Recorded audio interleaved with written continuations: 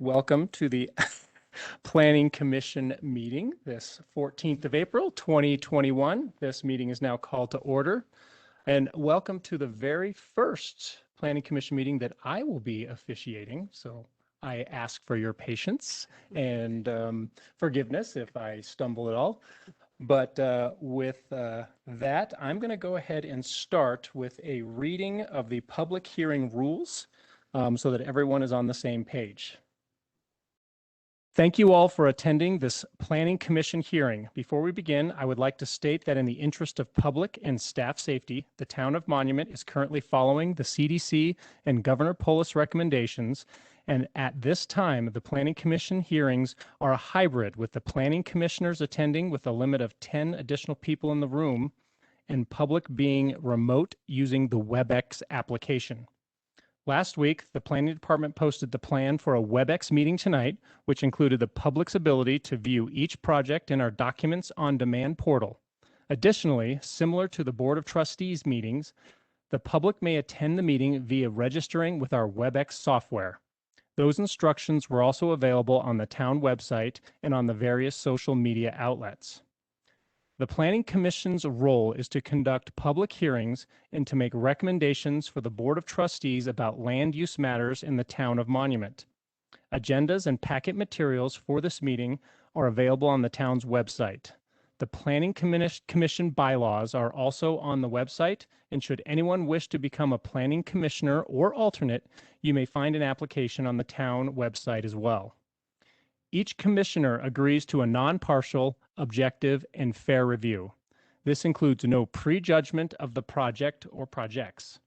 Should a commissioner wish to disqualify himself or herself for any conflicts of personal or financial interest in this matter before us tonight, please say so now. Seeing none. Also, as a reminder to the commissioners, when you speak about a project, please give your name so that those who are listening to the hearing will know who is speaking. For those who are attending tonight's public meeting via WebEx, please ensure that you, quote, raise your hand, end quote, in WebEx and speak directly to the commission so that you can be heard. To ensure a timely and fair hearing, we ask that if multiple people have the same comment, that only one person speak on that same subject. Once the public hearing portion is closed, the applicant or staff will be offered an opportunity to provide rebuttal. I will then close the public comment section, and the commission may ask additional questions at that time and discuss the proposal. Thank you. This concludes the introduction. We will begin with the first item on the agenda, which looks to be the roll call by the planning staff. Will be the minutes. First, approving the minutes. Well, that is item 4 on the agenda, but I'm happy to. Nope, I'll do the roll call first. Okay. But for the attendees online, if you are part of the project as an applicant for the 2 other projects, can you please raise your hand now so our IT manager knows to promote you before your project starts and before the residents online has questions so we can distinguish who is who. Thank you for your time for that. And for roll call, Vice Chairman Sean White. Present. Commissioner Bill Lewis. Here. Commissioner Martin Trujillo. Present. Commissioner Joshua Thomas. He may be online. Okay, absent for Joshua Thomas. And Commissioner Daniel Orrs. And Commissioner Eric Light. Here. And we have a quorum. Great, thank you, Debbie. And now we will do the Pledge of Allegiance. Please stand.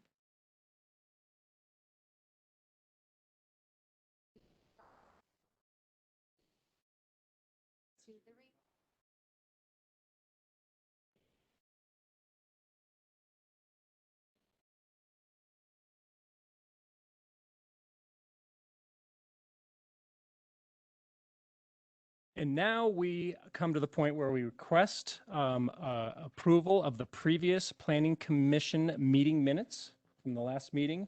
Do I hear a motion to approve those? Motion to approve the previous Planning Commission minutes. Commissioner Danny Orrs. Commissioner Martin Trujillo, Yes.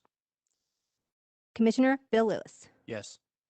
Vice Chairman Sean White, Yes. Commissioner Eric Light. Yes.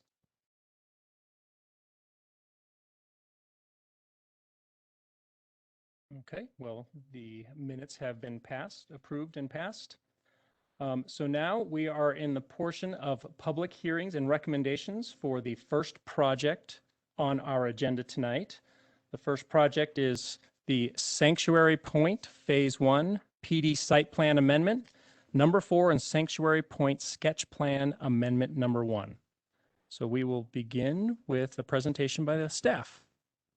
Good evening. Again, this is the request for approval for Sanctuary Point Phase 1 PD Site Plan Amendment number 4 and Sanctuary Point Sketch Plan Amendment number 1. The site is within Sanctuary Point Phase 1. The project site is located off of Sanctuary Rim Drive within Phase 1 of Sanctuary Point. It's 5.11 acres in size. And you can see the site in the red on your screen. It is within Phase 1, like I said, and it's 5.11 acres, which was a future church site. The church diocese no longer has a requirement for a church in this location. Tri-View Metro District will provide both water and wastewater services for all development within Sanctuary Point. The existing surrounding uses include Phase 1 Sanctuary Point to the north and the west, Baptist Road to the south, and Fox Run Regional Park to the east. Oops, cut to.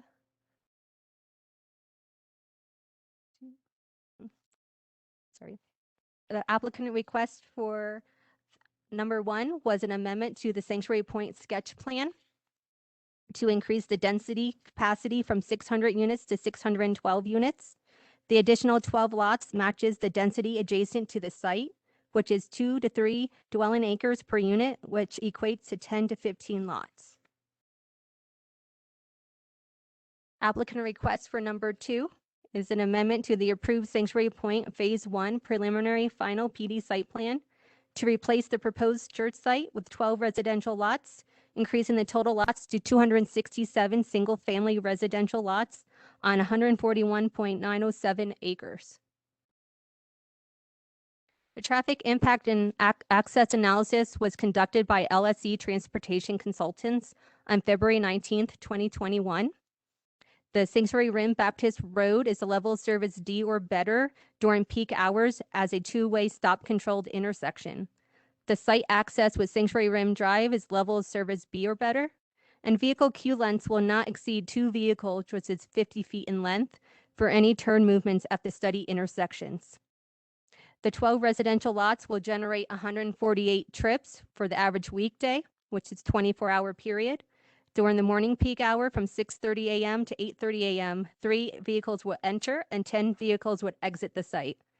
During the afternoon peak hour between 4:15 p.m. and 6:15 p.m., 8 vehicles will enter and 5 vehicles will exit the site.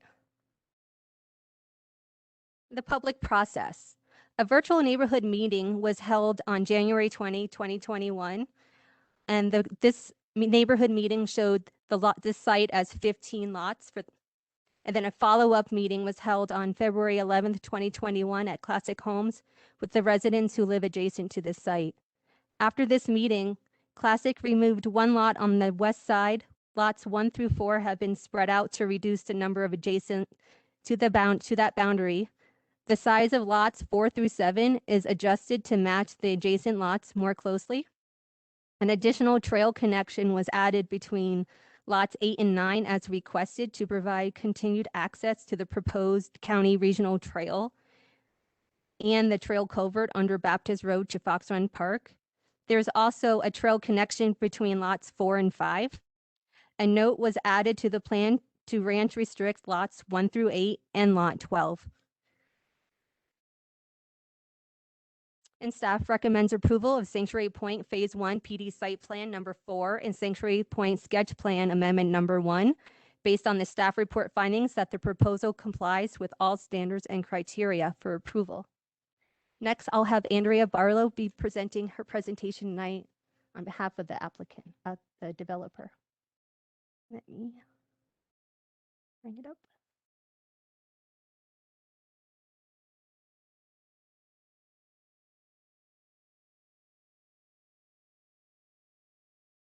And Andrea, before you begin, Drew, is there any way to get our monitors turned on up here? Uh, the distant screens are a little hard to see.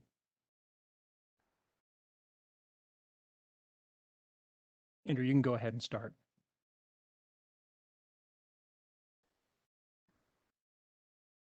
Go switched on.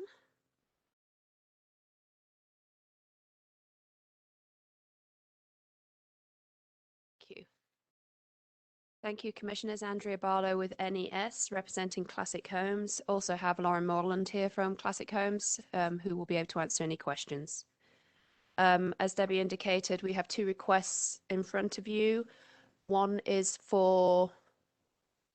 Still moving on. You got it?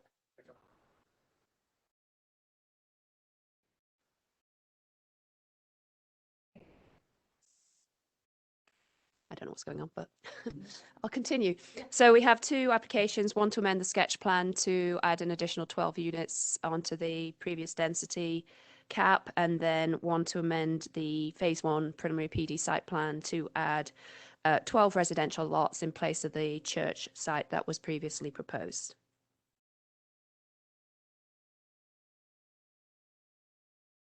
Do I assume that this isn't working at all? Okay, I'll just say next slide then. So I'm going to summarize the neighborhood meetings. As Debbie mentioned, we had a virtual neighborhood meeting on January the 20th. Pretty good representation there. I think we had about 30 people online.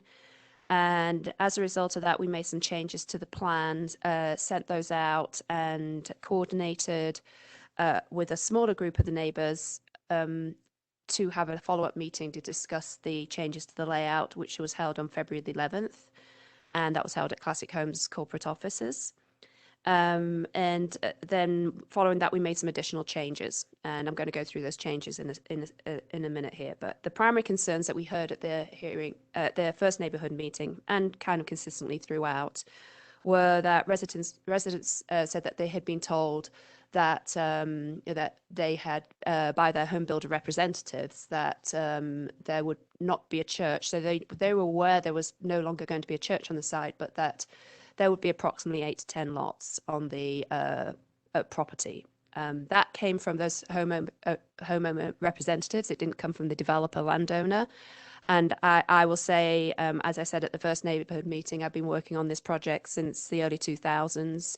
And only in the past couple of years have we been asked to look at that property. And we have only ever done two layouts for that property, one with 15 lots and one with 16 lots.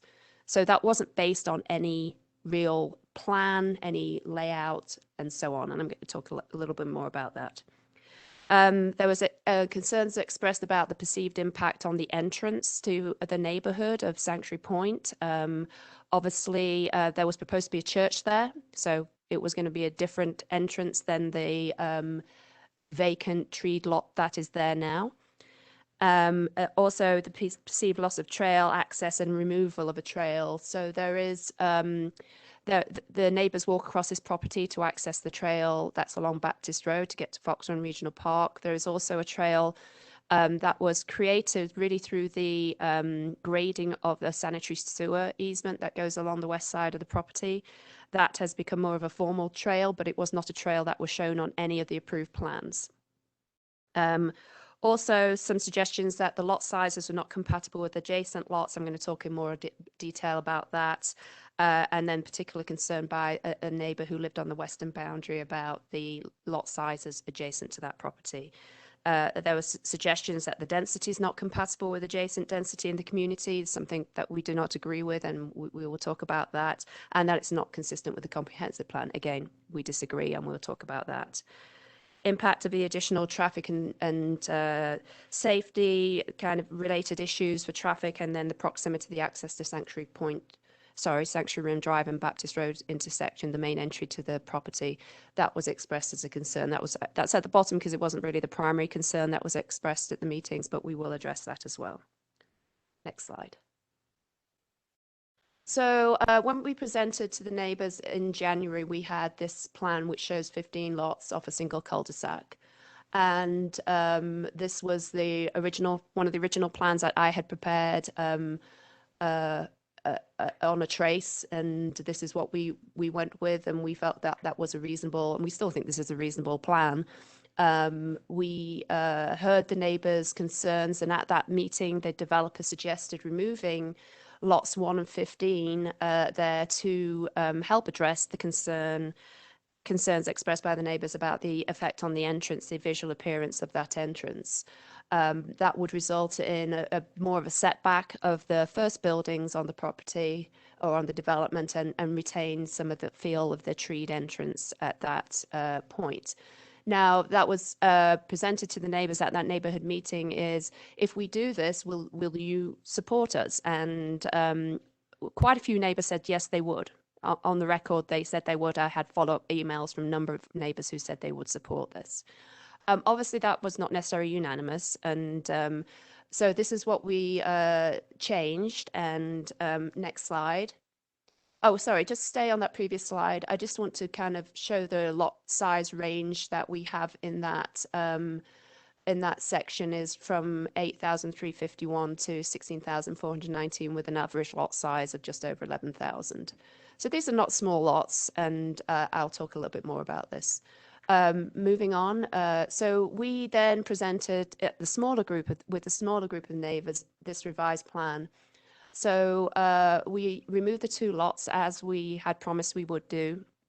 And we also added a trail connection because one of the concerns was that in that north side of the slide, there's clandestine court, which is the cul-de-sac bulb, and the line that you can see coming down there to Sanctuary Rim Point on the western side of the property is where the trail is located. And they said they use that a lot to access the mailboxes and the park that is just to the northwest there on Sanctuary Rim Drive. So we felt that that was a reasonable desire to have a shortcut, so to speak, rather than going all the way around the sidewalks on the roads. So a shortcut down to that area for the mailboxes and the play area.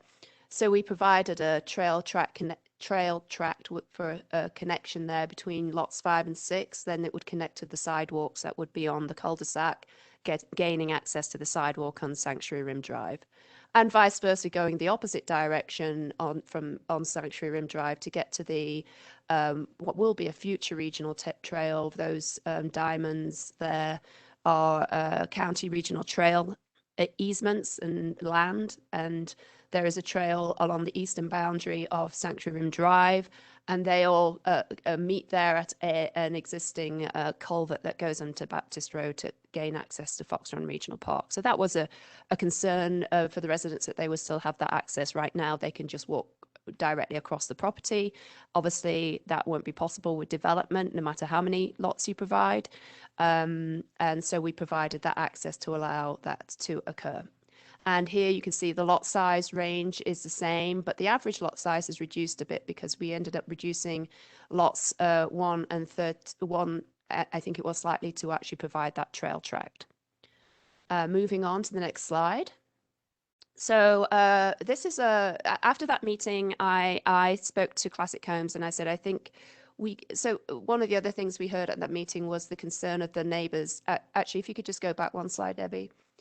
The neighbor in particular, I think it's in lot 4 on the adjacent property, who was concerned now at having, obviously, a cul-de-sac lot is a wedge. It's always going to be a bigger lot, a wider lot, just by its nature. And what if it backs up to a regular lot, it's going to have more lots to look at. I live in a cul-de-sac and I have 3 neighboring lots. So it's the nature of a cul-de-sac lot. But there was concern that they would now have 3 lots adjacent to their property. So if you go back to the next slide. So I felt that we could remove 1 lot in that location so that that neighbor only has 2 lots adjacent to them. And in doing that, kind of scoot the lot lines around a bit. And we have actually created an additional trail tract there between lots 9 and 8. So now the neighbors have pretty much the same direct route they have from Clandestine Court through the trail track between 4 and 5, across the cul-de-sac bulb or around it, and through the trail tract between 8 and 9 to get to the external trail, and then still have the same connection to Sanctuary Room Drive and the play area and mailboxes. And in addition to that, we also tried to kind of even out the lot sizes of pretty much from 4 through 7. 6 shrunk a little bit, but we widened the width of the lot adjacent to lot 19 to the north. So that was actually more contiguous with its boundary. And in addition to that, Classic Homes agreed to ranch restrict lots 1 through 8, so everything along that western boundary all the way around the cul-de-sac, and lot 12, which are the two lots adjacent to the entrance where there were concerns about the visual impact, how it's going to impact the entrance. So we lost 2 lots there to create an open space tract with trees, and then we pushed the lots adjacent to it down to ranches, and then had ranch restrictions on all the lots adjacent to the west and north boundary. And so we felt that these were significant changes, and changes that we felt addressed the neighbors' specific concerns that they raised, which were primarily the lot size adjacent to their boundary, the trail access, and the entrance to the development. In doing so, we increased the average lot size from where we were to start with, and we've also reduced the density. So the density now is at 2.35 units per acre. It was a little higher initially, and I'll talk more about that as we go through. Next slide. So this was a response to the revisions. They wanted additional changes, and so 1 to 3 to just make 2. Leave the trail behind lots 1 through 4 to get to the mailboxes, and the lot 6 that had shrunk a bit, they wanted to make that bigger, and we felt that we had made enough concessions and that those were pretty much addressing specific concerns of immediately adjacent lots rather than concerns of the broader neighborhood. And we didn't think that there was it was achieving any greater compatibility by doing that in terms of the criteria of the code, which I will be talking about as well. And also that we had provided perfectly adequate trail access and sidewalk access, and that it was not necessary to retain that trail at the back of those lots. So next slide. Now I'm going to talk, so that was really giving you a run through of where we started, discussions with the neighbors, changes we made to address neighbors' comments, and what we're moving forward with now and why we're moving forward with that. And we didn't make those further changes. So now I'm going to kind of talk a little bit more about the overall project and its compatibility with the sketch plan, the original phase 1 PD site plan, the comprehensive plan, and talk about the review criteria. So the original comprehensive plan was for 600 units on 460 acres. So it's a big property, and that had an overall density of 1.3 units per acre. And you can see the church site there in purple at the edge there. That was always shown as a 5-acre church site. As Debbie indicated, the reason that has gone away is the diocese that originally was interested in it, which was related to the former Baptist camp, as I understand. Don't hold me to that, but I think that was the case.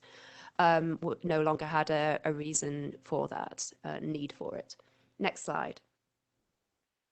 So this is what we're proposing to change it to 612 units on the same acreage, and that increases the density from 1.3 to 1.33 across the entire property. So barely a change there in the terms of the overall density of the property, not material in the context of the sketch plan or comprehensive plan policy. It is still in that lower density range for residential development. Next slide. So this is showing the approved development on Sanctuary Point phases 1 through 3, and you can see that phase 1, bearing in mind that the entire development is 1.3, phase 1 was always the most dense part of the development. It was the area where, based on the sketch plan process, we had the most flexibility to put slightly higher density because we were During the sketch plan, we were receiving a lot of opposition from the neighbors adjacent to Sanctuary Point to not have as high density lots adjacent to those existing communities such as Higby Estates, Fox Run, Kingswood. Some of you may have been involved in the discussions more recently. So they dictated very much where the density could go on this site, and it was always that phase one would be the highest density. And as you can see, as we move west, the terrain not only gets more challenging in Sanctuary Point, but also we were required to have larger lot sizes adjacent to larger lots in the county, and so on. So the phase one has always been the higher density portion of the site, but we do have some higher density little enclaves. As you can see there in phase two, there is a cul-de-sac there of lots which are 3,200 square feet at the minimum, between 32 and 4,000 square feet. So there is a range throughout Sanctuary Point of densities. Next slide. So this is the specifically the phase one plan. The current phase one as approved with the church site is 142 acres, 255 units, and 1.8 units per acre. Next slide. By adding the 12 lots that we are proposing, that takes the units to 267 and 1.88 dwelling units per acre. So really barely a 5% change in the number of units and very little change in the overall density. Next slide. So looking a little bit more closely now at the filing 10, as we're calling it, because that is the next in line for the filings. With regard to the existing densities surrounding, so phase A there, which is the area just to the left of the main entrance, and phase A was divided into PRD4 and PRD2, which are two different categories of zoning standards, development standards with setbacks and heights and lot coverage and so on. So the PRD4 is area phase A is 1.9 units per acre. In B1, which is the area immediately to north, the density of that area is 2.2 units per acre.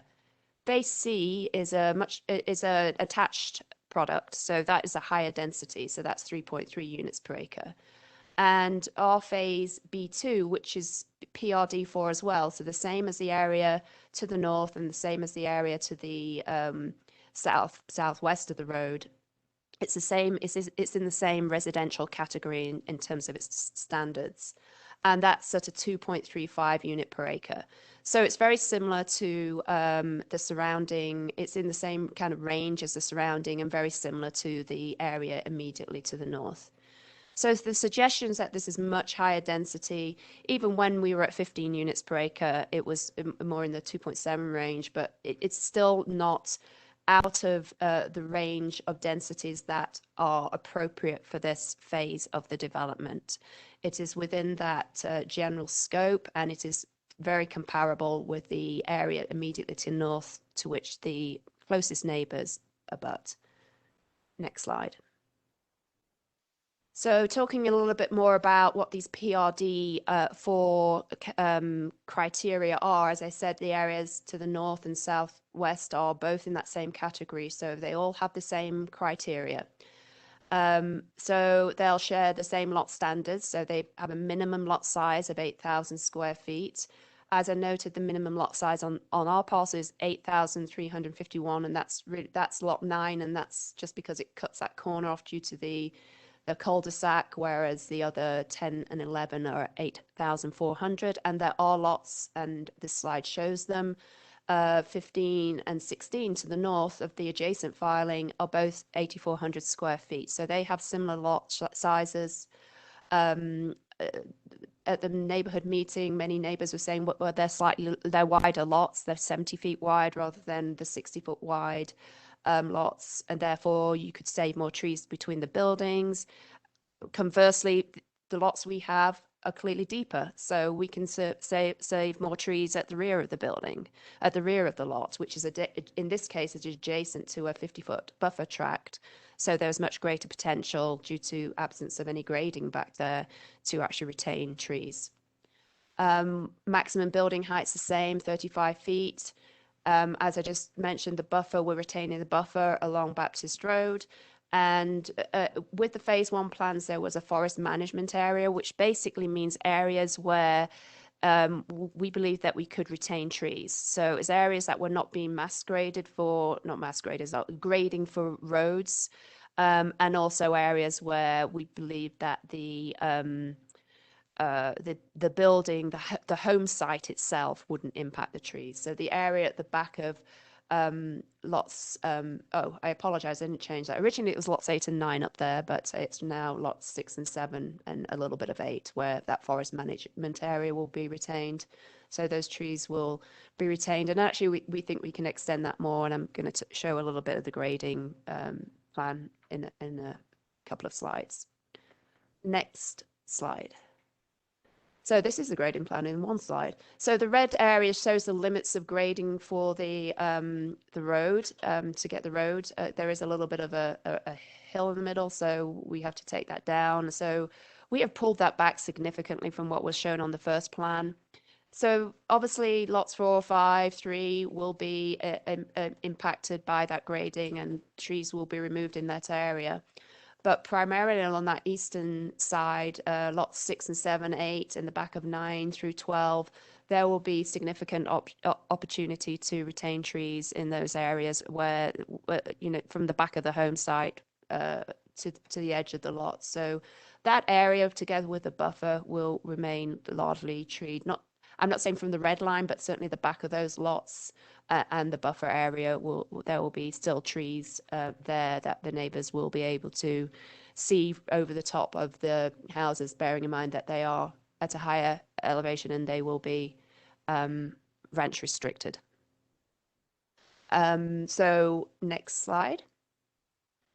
So I just want to talk a little bit about traffic and where we were versus where we are now. So the original master traffic study actually did include the church site clearly, and it assumed 650 units because that's where we started when we went forward with this project. We ultimately dialed it back to 600 units through just discussion with the neighbors and so on. The 15 homes that are, sorry, the 12 homes, sorry, now I beg your pardon, that are proposed will add about 3% additional daily trips. That's not significantly changed. And the daily trips at the Baptist Road Sanctuary Point intersection will increase by approximately 6%. And the current construction traffic on the property, so the neighbours' perception of the traffic now versus what it will be, there's about 8.5% of trips that are generated right now due to construction traffic going back and forth. So really, the overall change will not be perceptible from what it is today. And quite clearly, 12 homes on this site will generate significantly less traffic than the previous church proposal, both on Sundays and weekdays. And next slide, I actually have the figures that show that. So the 12 units will generate approximately 148 daily trips.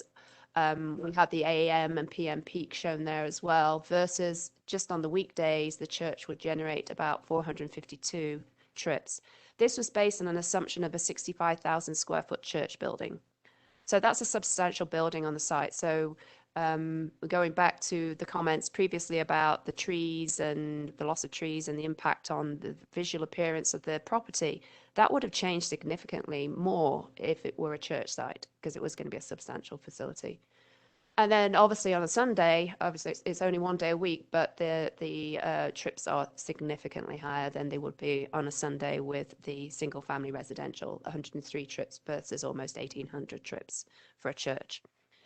Obviously at a concentrated period on the Sunday peak hour, but still a lot more traffic than would be generated by this 12-unit cul-de-sac. Next slide. So there were concerns about the distance. We are at 325 feet from that intersection, and which is an adequate distance for an intersection spacing. Bearing in mind that some things to consider in this is Baptist and Sanctuary Rim as a T intersection. So all traffic there is turning into the site, is slowing down. It's not as if it were a four-way intersection where people could be shooting straight across the intersection at high speed. They have to slow down to turn either left into the site or right into the site. So the traffic that's moving through there will already have slowed down. Plus, the entry feature kind of acts a little bit like a traffic circle. It slows traffic down. It has a traffic calming effect of deflecting traffic, and that's what roundabouts try to do, is deflect the traffic enough to make you slow down rather than stop. And so that means at this point the traffic will be slower in any event. And there were some suggestions by really only a couple of neighbors that there should be a right turn lane off the collector, which is Sanctuary Rim Drive, into the cul-de-sac. The standards are that you have to generate 50 right turns in an hour to justify having a right turn lane, and this development will not generate any more than 10 right turns in an hour. So it doesn't meet the standards for a right turn lane, either in terms of the speed of the traffic or the number of turning movements. Next slide. So I want to talk about the comprehensive plan, because quite a few people were saying, well, the comprehensive plan shows this as low density development and what you're proposing is high density, blah, blah, blah. I want to show this is the existing land use plan in the comprehensive plan. You can see Sanctuary Point on the very east side, and the area that is shown in yellow is the area that at that time was the existing development. Obviously, it's expanded much more now. And that is shown as yellow in the the comprehensive plan, which is shown as lower density residential development. But as you will see, that yellow lower density development also includes it includes Promontory Point, Jackson Creek, Village Center, Trails End, Lake of the Rockies. Then that's not a comprehensive list. All of them have a significant lot size range, and they're just the approximates there. But from anything from 4,800 up to 10,000 in Village Center, 56 to 11,000 in Lake of the Rockies. And you can read the rest. I'm not going to read them all out, but just as the point is that the lower density residential in the context of the comprehensive plan basically means all the single family residential in monuments, which is pretty much all urban density. What we would consider urban density, because it's less than even 1 acre lots. We just used to say anything less than 2.5 acre lots is urban density. And it was simply reflecting the existing development on the site. And if more development if the whole of Sanctuary Point had been built out at that point, it would have been all yellow as well. And as I previously mentioned, we are not proposing anything that's of a higher density than in the current community. So the comparisons are there in terms of what there is at Sanctuary Point from the entire development, which I noticed there are lots there at 3,800 square feet all the way up to 3 acres. Phase 1 is 6,000 minimum to 52,000, and our proposed B2 is 8,400 up to 15,200. So next slide. I just want to talk now about what the future land use plans shows for Sanctuary Point. So it shows it in the single family residential category. So that's a broad category. As you can see, much of the existing single family neighborhoods that I previously mentioned are in that category of being in the single family detached land use category. And here are some of the criteria that relate to that category. Neighborhoods accessed by collector streets, and individual lots by local streets. We check that box. We're connected by sidewalks and trails. We check that box. A mix of compatibly designed single-family detached houses with appropriate landscaping and usable open space within each neighborhood. Sanctuary Point has ample open space, parks, trails connecting to that open space, and the design of the buildings is controlled by an architectural control committee, and there are landscape standards on the planning, on the PD site plan that apply to all lots within the community, and there are also specific design standards for the community which apply to all the lots. So we check that box in that we're being held to the same standards as the existing homes. Smaller lot sizes can allow for clustering to protect open space. This is not this finding 10 does not fall in that category, but there are aspects of Sanctuary Point which certainly do, with those smaller groups of attached homes and that small clustering in the phase 2 area. So that is a characteristic of Sanctuary Point. And it says to maintain the small town feel, there should be a variety, a mix of densities, and a transition between existing larger lots. And that is when I explained the Sanctuary Point sketch plan, that was the entire principle of Sanctuary Point, having larger lots on the perimeter to transition to the larger county lots. And then sufficient to size to allow off-street parking and landscaping. Clearly, they're just the same as the existing lots. They all have 2-car, 3-car garages, driveways, and so parking is on the site. And then setbacks are large enough to allow for usable open space between the lots. That is that we have the same setbacks for these lots as they are on the adjacent lots. So it's the same scenario, same environments being created. Next slide. So I wanted to take time here to go through the PD site plan review criteria, because this is the criteria in the zoning code that is relevant to your decision on this project. I know there are a lot of people online, there are people present. Volume of opposition does not a good case make. The case is related to the criteria, and the criteria we believe we meet and check every one. That's why I actually have gone to the trouble, which I wouldn't normally do, I'd usually summarize, of going through each criteria. So do we conform with the preliminary PD site plan? We are actually the preliminary and final PD site plan. So here I'm kind of more comparing to the original phase 1 plan. So a minor increase in density, not significant in our opinion, and generally in accordance with that. Is there an appropriate relationship with the surrounding area? And I think this is probably one of the critical ones in this context.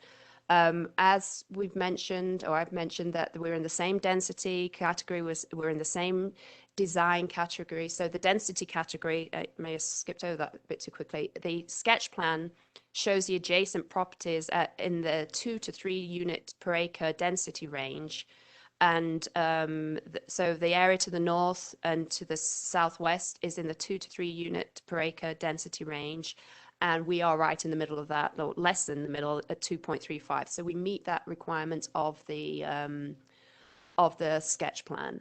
And as I also mentioned, that we are also consistent with the density suggestions or land use category that the comprehensive plan shows. Internal circulation, is it designed for the type of traffic generated, and is there provision for bicycle and pedestrians? The lots will be served by a single cul-de-sac and has access directly off Sanctuary Rim Drive. We meet the standards that the town have for road design, and the access the spacing is adequate for the volume of traffic proposed. And the cul-de-sac will have sidewalks per town standards, and the trail access tracks have been provided. And we feel that was an improvement, but that's why in our opinion, the community engagement was good. It produced changes which we think makes a better project. So having those trail connections does provide better access to the community facilities and also to the regional trails and park.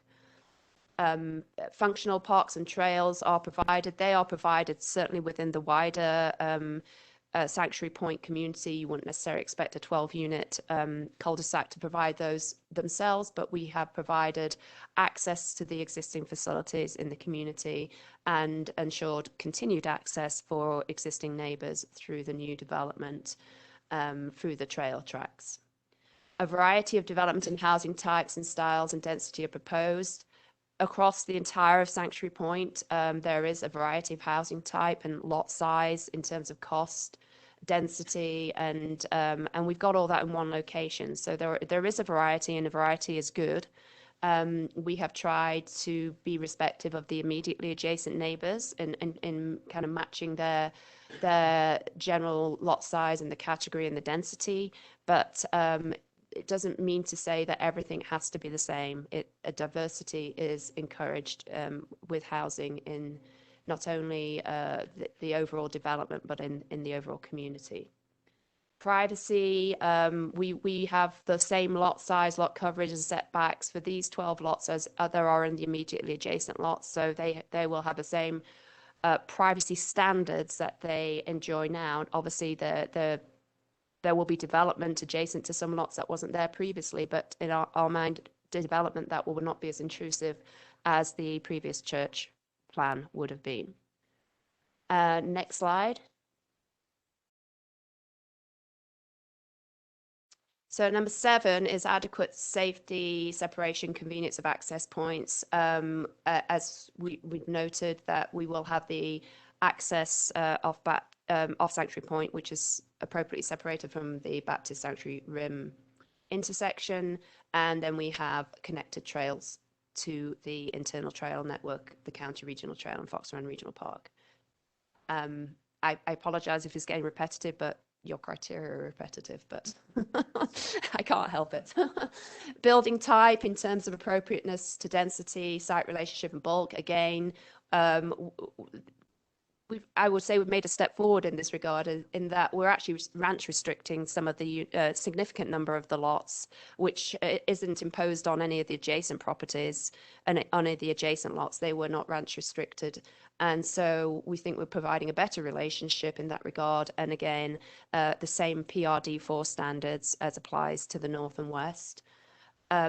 Orientation, there are specific standards, lot design guidelines, landscaping, which is the next criteria, landscaping design standards, which are both on the the PD site plan and also in Classic Zone guidelines, design guidelines for the community, and the landscape design standards are enforced, and so are the other lot design guidelines.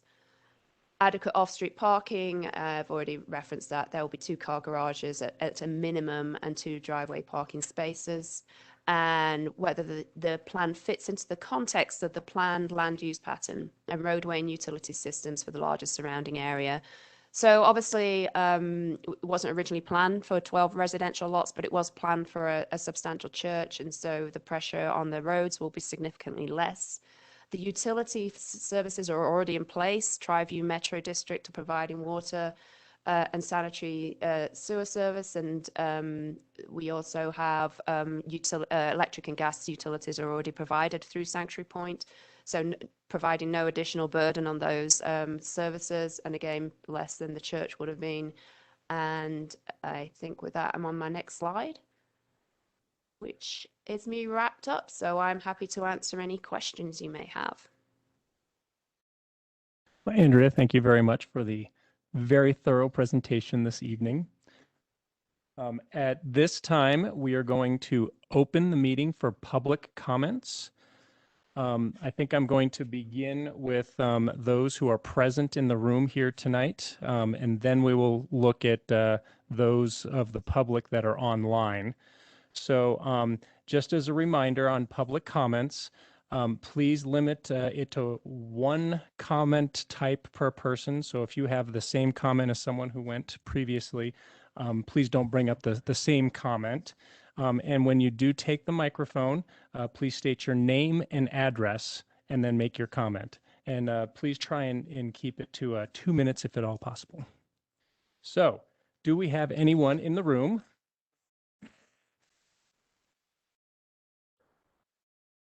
Hi, can you hear me? Hello? Is that okay? Yeah. Hi, I'm Dr. Sarah Pramonik, and I live at 16406 Clandestine Court, which is directly adjacent to the proposed development site. We are, the group that's here is representing kind of the neighborhood, and we're each going to speak on a different topic.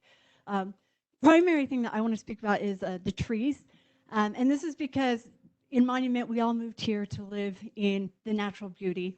And this is why the larger lot sizes are important. We're a fire-wise community, and so we have specific restrictions on how many trees and how close those trees can be planted. And so when we take away all of these trees, because we understand because of the topography, we're going to have to get those trees cut out. We want to have the ability to have the neighbors replant more trees so that we can go back to some of the natural beauty. And because of the fire-wise restrictions with those deeper lots, they're going to have significant difficulty with that. We also have quite a few people that now, because of COVID, work from home. So this is an entrance not only to our neighborhood, but to a lot of existing businesses as well. And so there is a concern that with this development, with being the 12 homes instead of the 8 that most of us were told when we moved in, that there will be quite a bit more to see building-wise instead of tree-wise coming into what should be a sanctuary, hence the name Sanctuary Point. So we're requesting that we kind of bring this down to 8. I was at the meeting with Classic when we had our smaller group meeting. And this is why Andrea brought up all those points. These are all points we've brought up previously. So thank you, and I'm going to hand it to Chris, who's going to talk about our next point. Good evening, commissioners. Chris Relaford. I live at 16429 Clandestine Court. That is the property that is adjacent to number 6, I believe, on this on the proposed sketch here. So I'd like to talk a little bit about the density, and I think Andrea did a great job. I've learned quite a bit through this process from Andrea's expertise as well as Lauren's. The density, when you look at it on a broad basis, 400 acres, 150 acres for phase 1, you know, these small adjustments, they don't seem like much. They do seem immaterial. When you make those small adjustments within a 5-acre parcel and you apply it there, it actually becomes quite different. That's the first point. The second is I was one of the ones who, during our due diligence process, because we butt to this property, we really wanted to understand what that land use was going to be. Originally, it was supposed to be a church when we signed up. Classic, through our builder, Vantage, had informed them that no, they're going to move on. The church wasn't going to be interested. This is in 2017, and that it would likely be 8 or 9 homes in that place. You know, simple math, 8 or 9 homes over 5 acres, you can kind of get a density range. You can see that it was a cul-de-sac. You can get an idea of what that rough layout would be. Not an expert, not a developer, but it at least set an expectation. As I went around the neighborhood and talked to other neighbors, it became clear that that expectation wasn't just set with me. Anyone who inquired about it from all 3 of the builders, Classic, Vantage, and Saddle Tree, had heard home ranges in the neighborhood of 7 to 10. And so that set an expectation. And I understand there's differences between a plat and whatnot, but in the end of the day, we're in this community and we bought and we did due diligence based on that.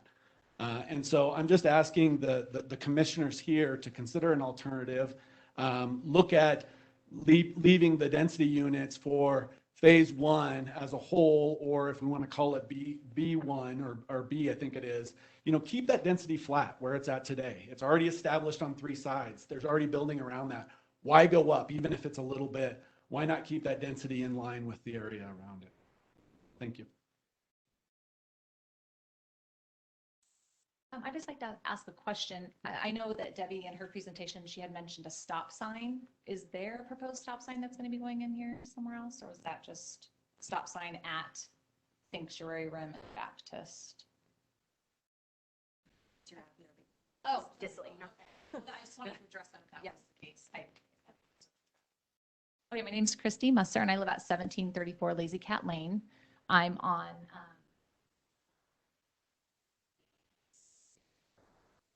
oh, sorry about that. Okay, so I'm going to read from my letter and then just kind of hit on some things that we discussed. I'm here asking you to say no in this specific design and decision. I think it's necessarily a to their points.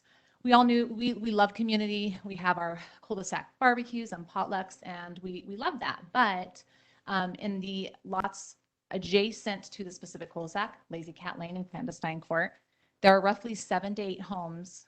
There are actually 7 to 8 homes in both of those lots. So when we keep talking about, you know, the adjacent lots and the similar sizes. They're not the similar sizes to Clandestine Court or Lazy Cat Lane. I personally live there. My lot size is 12,000 square feet, and I'm this one of the smallest lots on Lazy Cat Lane. So having the 8,400 square foot lot sizes is not at all comparable to this cul-de-sac. So I want to make that very clear. She kept saying that they're that it's comparable, and Clandestine Court and Lazy Cat Lane are larger home sites. If you look over to the left on Phase C, right there, those are patio homes. And so I think she's taking maybe her overall density to the 8,400 square feet. I don't know where she's getting her math, but even on Phase A, most of those lots are 12,000 square feet plus. So none of the lots in the adjacent neighborhoods are 8,400 square feet. So I just like to point that out. But I don't believe this proposal and this is in the best interest of our community with the current homeowners. When you drive into Sanctuary Point, you feel sanctuary. We all bought up here in a $1 million community to keep the space, the trees, the trails, not on sidewalks, but on the dirt through the trees, and to keep that, that look and that feel. The 200 plus residents that have sent their names and emails in expressing concern for this exact reason agree with me as well. Sanctuary Point was given its name for a reason.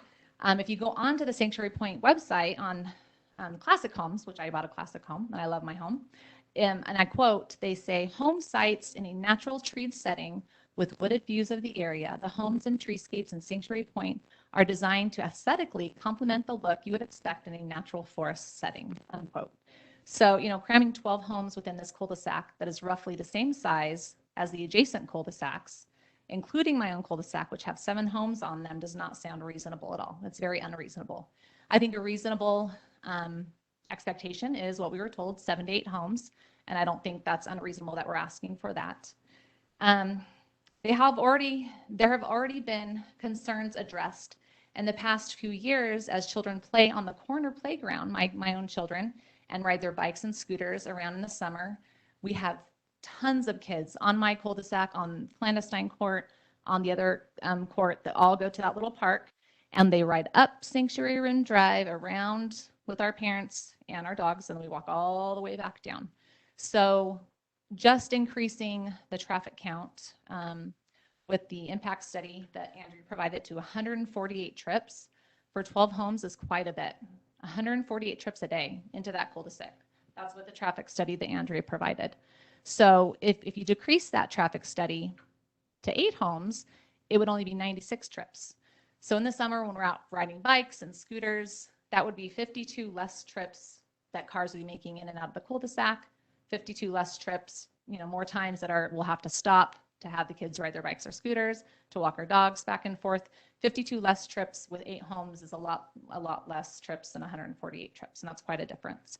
So I just wanted to bring that up with the traffic and all the kids playing, and even in the winter, we're walking our dogs up and down that street to the trail behind that access point. So I understand we can't stop the building of homes, nor do we want to, but we expect the classics to be reasonable and safe when doing so. This proposal isn't reasonable, nor is it safe. All we ask is that they go back to the drawing board and mimic the 2 adjacent cul-de-sacs with 7 to 8 homes. The 2 adjacent cul-de-sacs, and including the cul-de-sac across in the Phase A area, are 12 to 13,000 square foot lots plus. So that's all we're asking for, is to stay true to that look in the adjacent lots that are now proposed with this cul-de-sac. And I just urge you to say no for this specific design, and we go back to the drawing board to be reasonable with 7 or 8 homes. That's all we ask, and we appreciate your time. Thank you.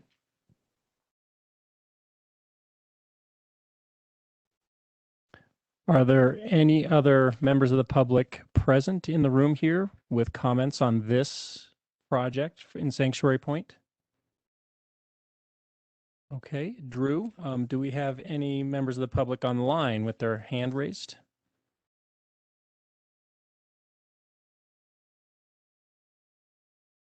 Hello. Okay, if you could go ahead and state your name and address, and then go ahead and provide your comment. My name is Alicia Zocker. We just purchased a home by the new park. So we come through Baptist a lot and are very happy about our new location. But to have an entrance right where it is not keeping with the community. And there were a note here. Okay, so this is a Firewise community, and I don't know if the board knows that, which means the crowns of the tree have to be 15 feet apart. So when we were looking at our lot, they were telling us we have to chop down this one and this one and this one and this one. The trees that we thought we were going to have are half of it. So if you're going to put these houses on here, there's going to be less than half of the trees left. There's what did it say? It said a 50-foot buffer. That means there's going to be a tree, or they can leave the original tree, a cluster, but then they have to cut down everything 15 feet away from that, and then they can have another cluster. So if the trees are all lined up, you're going to have 3 clusters of trees to barricade from a house from Baptist. So driving past Baptist, you're going to see the houses. It's not the forest. It's not Black Forest. It's now a high density, not high density, but it's not the density that you would think of driving to Sanctuary Point and paying $800,000 for a home. This will impact home prices, and this does not look like the houses around it. The old model homes, which are across the street, which of course are their premium lots, do not look anything like this. It does not mirror it. It's going to look very awkward, like it was an afterthought. I would have thought there's a cul-de-sac. Why didn't you put the houses coming from there and leave the trees around the road? I don't know why. I didn't build it. My other note says, people will have to may be required to remove trees from their current lot because it won't meet the Firewise code. If depending on the elevation and however they build it, they will have to cut down trees on their lot because somebody's putting in houses, their trees are too close, or they'll have to cut down all their trees and then there's no more trees. It's very, I don't know, counterproductive, I guess. And my other thought was, will the same builders, like across the street in their former model homes, be the same types of homes? If you drive through Sanctuary, you can see, like they were talking about over here, the picture I'm looking at says Phase C, but they're adjoined houses. And it looks a little awkward, but you do want to have multiple options in a community this size. I get that. If you go up by the new park, there's a ton of these tiny little homes. I'm not sure if they're joined or what. But again, you need to have a mixed use. I get that. This looks like an afterthought. It will not benefit Monument to have it look like this. When you drive out to our Box Run Park that everybody loves and knows, you will drive by this and go, oh, what happened to that? So that was an afterthought. I appreciate them putting in a path, but I don't think they have thought how this is going to look later. I know they're trying to, and they're trying to balance everything, but with Firewise, it's Black Forest. You need to beat Firewise. They need to have way less density here is my concern. Thank you. All right, thank you, Alicia. Drew, anyone else with their hand raised?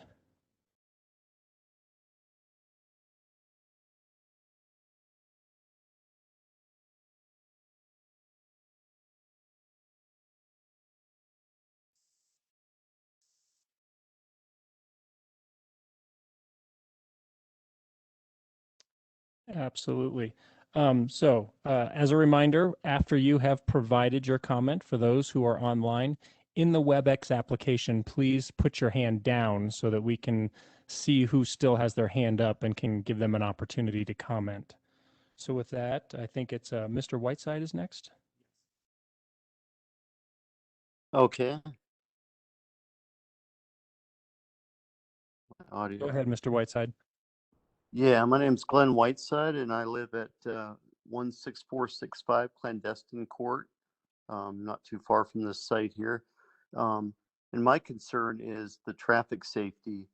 Although you do have the island coming in, and people will slow down on that island coming in, right where that entryway to this cul-de-sac is, people are going to start to accelerate off around that island. So I'm kind of concerned about rear end accidents, and traffic coming in out of that cul-de-sac, and people coming in off of Baptist Road and then accelerating around that island there. And especially in ice and snow, I'm kind of concerned about accidents and T-bones, things like that, with that entryway right there by the island where people accelerate to go down Sanctuary Rim Drive, and that's one of my concerns. That's it for now. Great. Thank you, Mr. Whiteside. And just as a reminder, if you can put your hand down in the application. Drew, Yep. who do we have up next?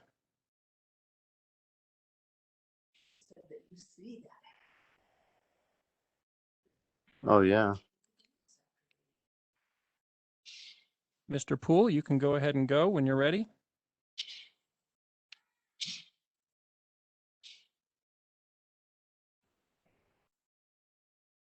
Oh yeah, that sounds good. It sounds like it's Mr. Whiteside still. We can get him muted and get Mr. Poole unmuted. Yeah, this is Gary Poole. Can you hear me okay? We can hear you. Go ahead, sir. Great. I'm at 735 Stonewood Court, and I represent other neighbors that I've talked to in my area. We're on the opposite side of this proposal. And just a couple of comments. I urge you all to vote no to this. It's obvious just from looking at the diagram that this is shoehorned into this area. The lots are not the same. They're not compatible whatsoever. Even looking at the road of that cul-de-sac, it's not the same sizes as all the other roads. So it's a misfit. It doesn't work. And the presenter kept saying that this is a compromise. It's not a compromise. It doesn't fit the rest of our community. And we all love the community. We love the trees. We love the entrance. It's not safe. It's a bad idea. And I just urge you all to vote no to this. Thank you very much. Thank you, Mr. Poole.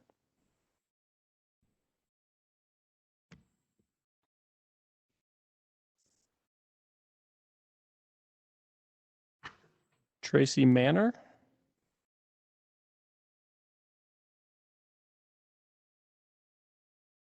Drew, is she unmuted? Oh, yep.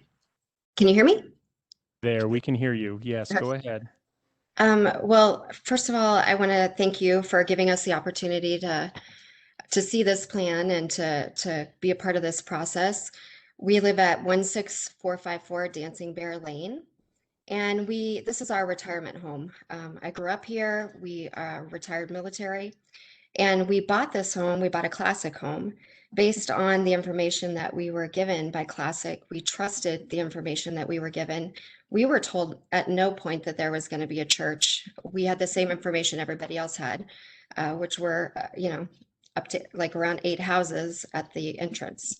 I share the same concerns that our neighbors share, and I also want to urge you to vote no. We pay a pretty high tax rate in this community, a higher tax rate than some of our neighbors do.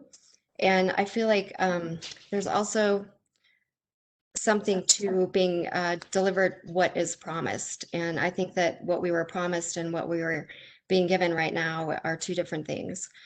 So I'm a little disappointed in Classic for that, and also the way that it was presented as if we all support this. I don't think that's quite accurate either. And I'm really proud of this neighborhood because I think that we've all participated in a very respectful way and tried to be good partners in this with Classic, but I'm hoping that they'll show us the same respect. Thank you.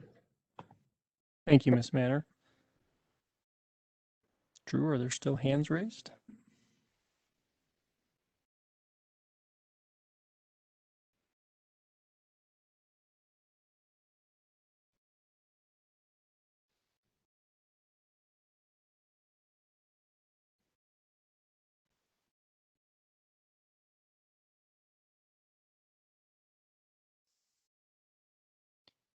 David. Mr. Alexander, we're taking you off mute, so you can go ahead with your comment.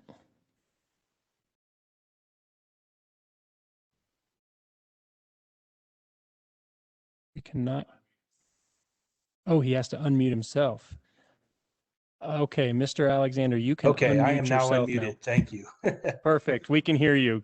Go Okay, ahead. good evening, gentlemen. David Alexander, 1542 Summer Glow.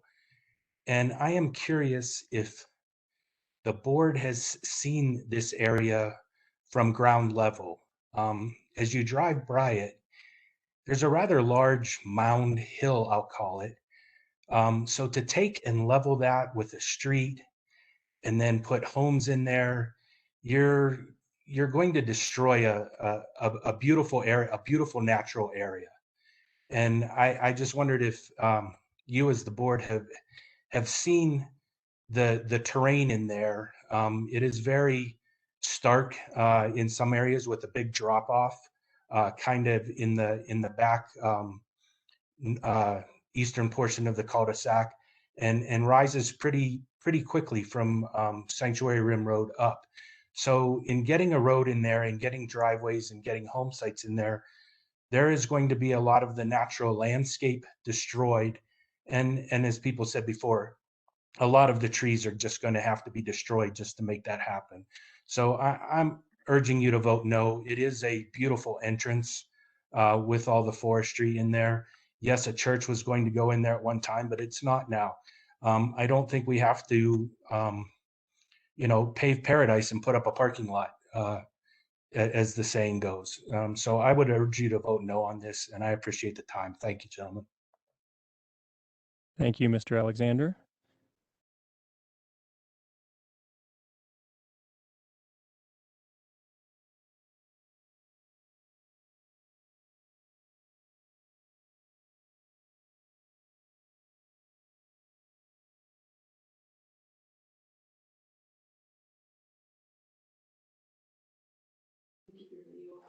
Brandon Willard. Okay, Mr. Willard, I Yes. think you can, oh, we can hear you. Go ahead. Good evening.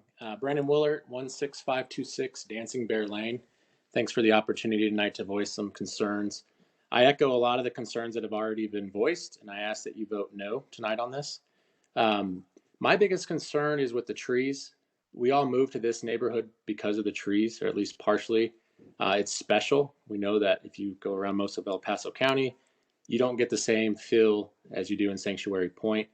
And I can't speak for everyone, but for us, the entrance was kind of what captured our attention from the beginning. It's beautiful. You feel like you're in the forest and not in a big development. And if these houses are allowed to be built, it's going to totally change the feel. And I think probably the property values as well. If you've ever had to deal with a fallen tree in this neighborhood or in Black Forest, if it's a sizable tree, you're probably counting 100 plus rings. They're slow growth trees, and you can replant, but it's going to be our lifetime before it looks anything like it does now. Classic, the builders, they made the entrance very beautiful as you see it today. They took the time and money to put in permanent infrastructure, the road, the curb, the sidewalks, landscaping. And so every person who's driven into this neighborhood, they have noticed that, and they've expected that to be part of their neighborhood. And for Classic, the developer, to go back and try to cram in a few more houses at the end or towards the end of the development seems a little bit like a sleight of hand. So thank you for your consideration. And again, I urge you to vote no. Thank you, Mr. Willard.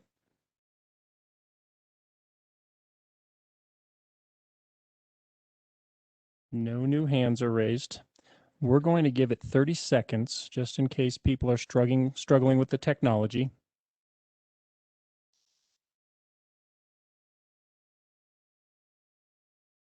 And 30 seconds seems like a very long time in silence.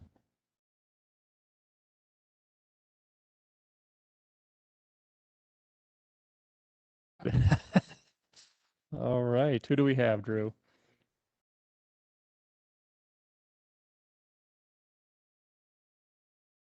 All right. Chris Carter, you can go ahead and take yourself off mute and make your comment. Hi, I live Chris Carter, and I live at 1726 Catnap Lane. And I have a general, I guess, question or point. At some of these prior meetings with the neighborhood in Classic Homes, there was a question raised of whether the neighborhood could buy the property, and my understanding was Classic refused to give a price. So I think that is also a potential avenue to let the neighborhood buy it. That's all I have. Okay, thank you, Mr. Carter.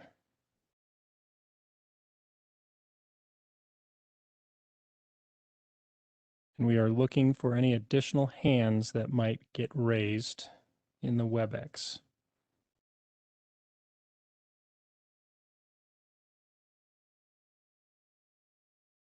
Nothing? We'll now give it 15 additional seconds for anyone online who would like to raise their hand.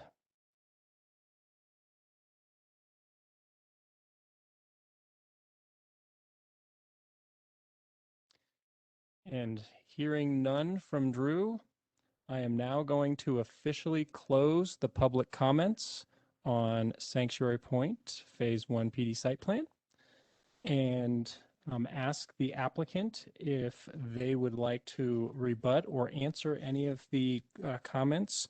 I do have written down here one question, I believe it was from Christine, related to the stop sign. And we also had a question from Mr. Alexander asking if we on the board have seen this area. I can say personally, yes, I have. I ride my bike there frequently, so I am familiar with it. Other commissioners?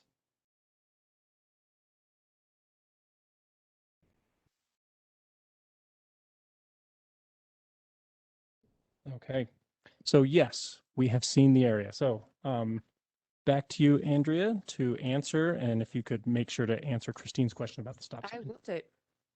I'll start with that one because I'm glad I knew there was a question on it. It slipped my mind what it was, but yes, there will be a stop sign at the end of Tree Top Glory Court, which is the cul-de-sac, and Sanctuary Rim Drive. So there will be a stop sign there. I am going to go through the comments pretty much one by one. Some of them overlap. I won't repeat myself when I get to those, just so I don't miss anything, and because there actually weren't so many.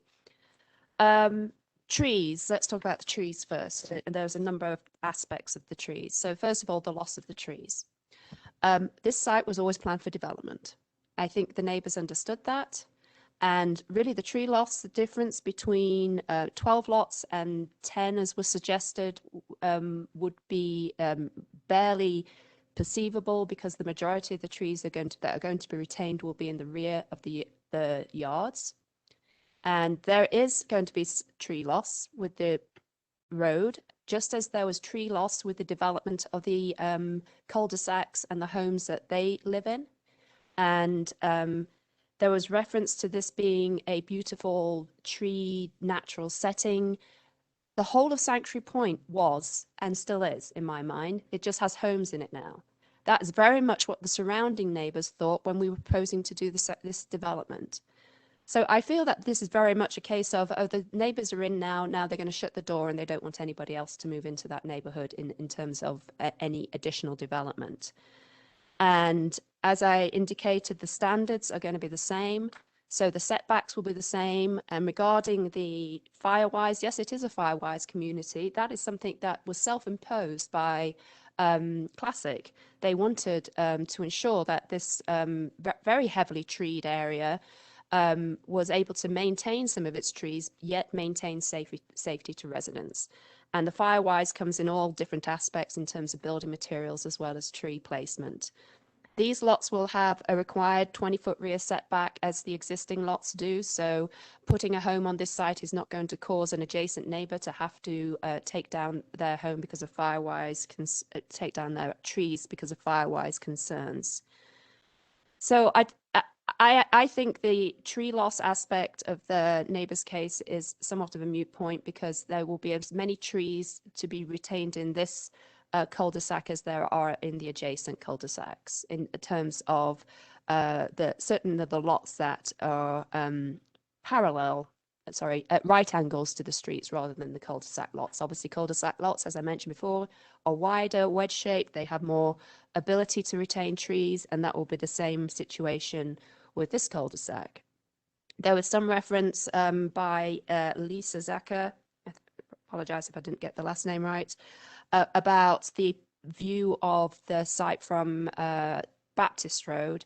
We will be retaining a 50-foot buffer, which will be uninterrupted and will retain the trees that are in there together with the rear of those lots that run along Baptist Road will retain trees. So there'll still be a fairly substantial tree presence from the views from Baptist Road, much as there is on the area to the south along Baptist Road and Sanctuary Point. There are trees in the backs of the yards and through the buffer area there as well. There's a 50-foot buffer through that entire edge of Baptist Road.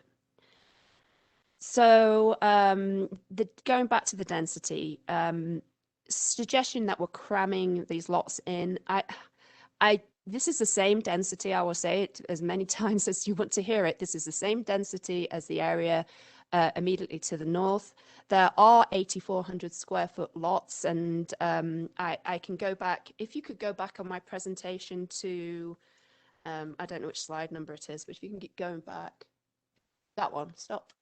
So lots 15 and 16 there are 8,400 square feet. There was a suggestion that there is no lots that size in the adjacent neighborhoods. That I was referencing the area where the attached homes are. Those attached homes are actually on lots that are less than 5,000, between 4,500 and 5,500 square feet in the Phase C area. So the perception, I think that's part of the challenge we've had describing this and explaining this with the neighbors groups is their perception of the size of these lots is not the reality, in that they are seeing them as being the same size as the attached single family lots in Phase C, and that none of the lots in their actual neighborhood are this size. Yes, they are.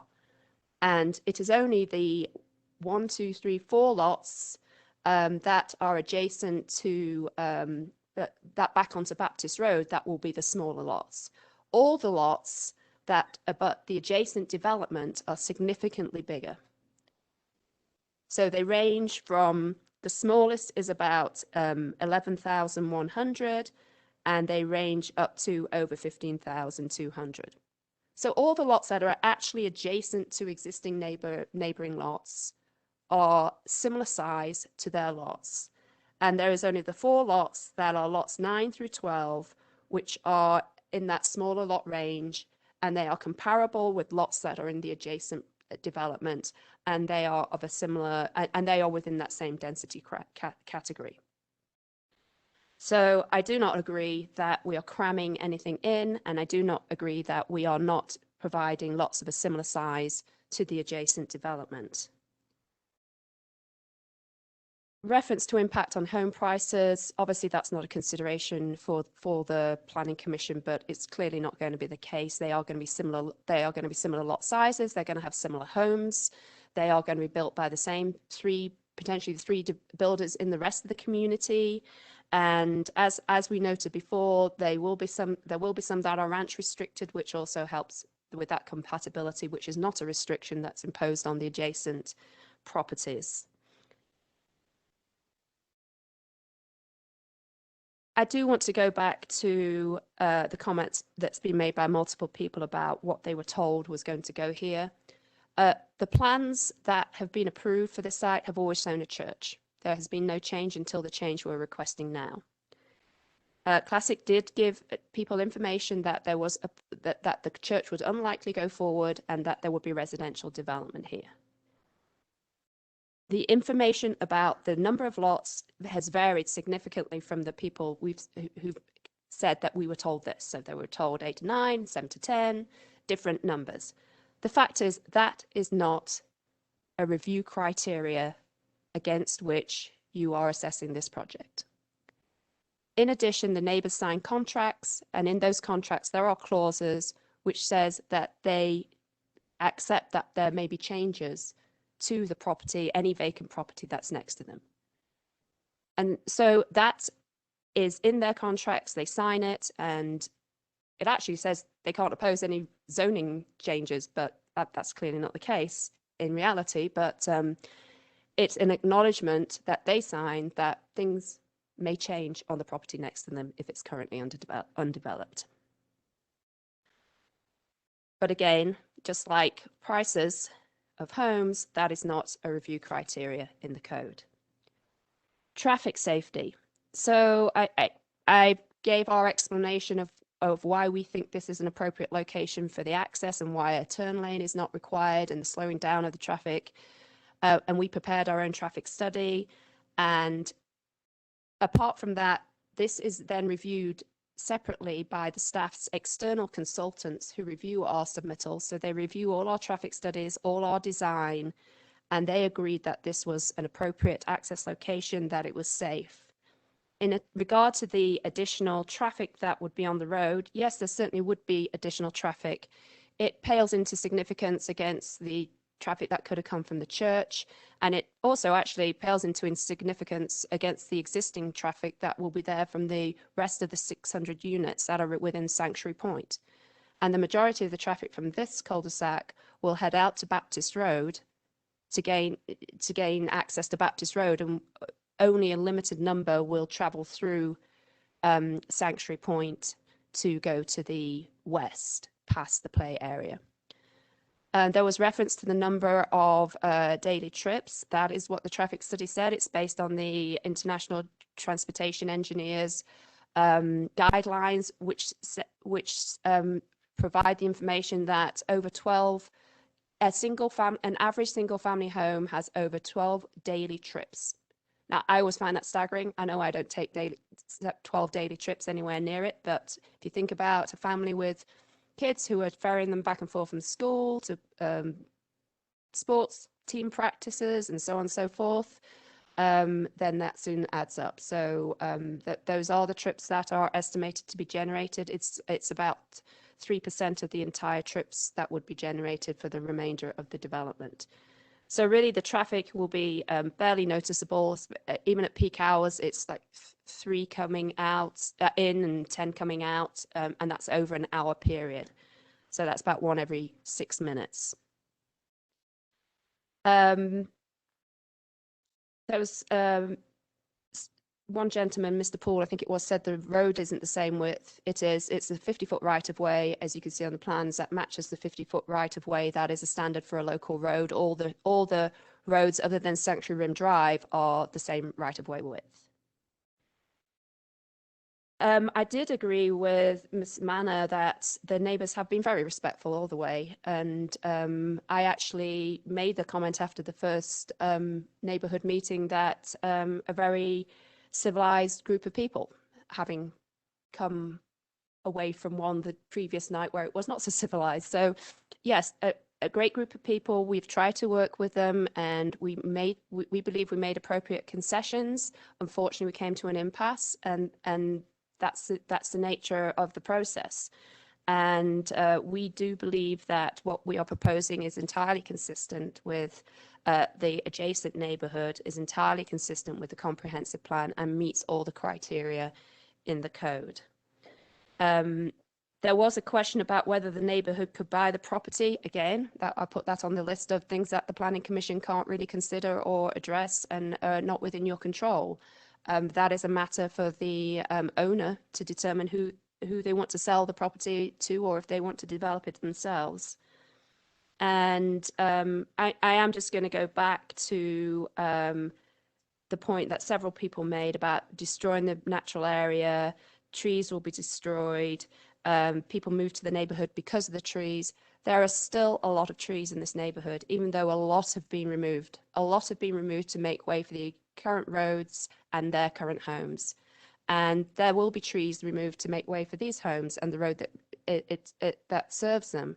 But we have removed the 2 lots from the entrance to retain the trees in that area, and limited the grading as so far as we can to ensure that as many trees are retained as possible.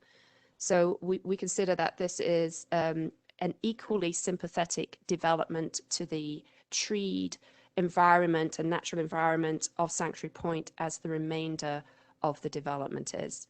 That Classic has very carefully designed and considered it to be one of their premier communities. And I will stop at that point and happy to answer any questions. Thank you, Andrea. And I went a little bit out of order. I was supposed to close public comments after the rebuttal, but I will just state now that public comment is closed. I appreciate all of the public's thoughtful input and also the thoroughness of the presentation tonight and all the information that was provided. So at this point, I'll turn it over to the commissioners to ask their questions. I will point out that quite a bit of time has elapsed, and we still have 2 projects that we need to get to. So I would ask the commissioners to be as concise as possible in their questions and comments. So.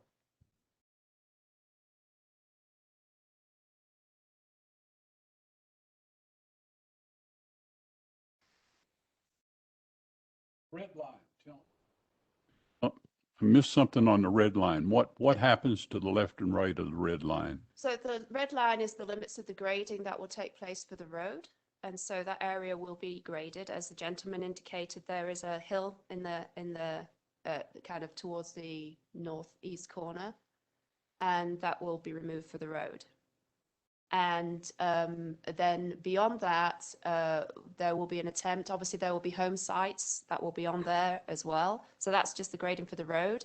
There will be grading on the properties to accommodate the home sites themselves. So really, it's going to be the areas at the back of the lots, particularly on that southeast side, that will be retained, which will have the ability to retain trees, and lots 6 and 7 and 8, particularly at that at the back of the lots there, because the tendency is to pull the homes to the front of the lots to keep the driveway length not too long.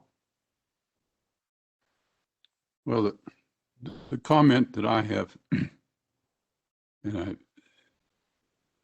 when you look,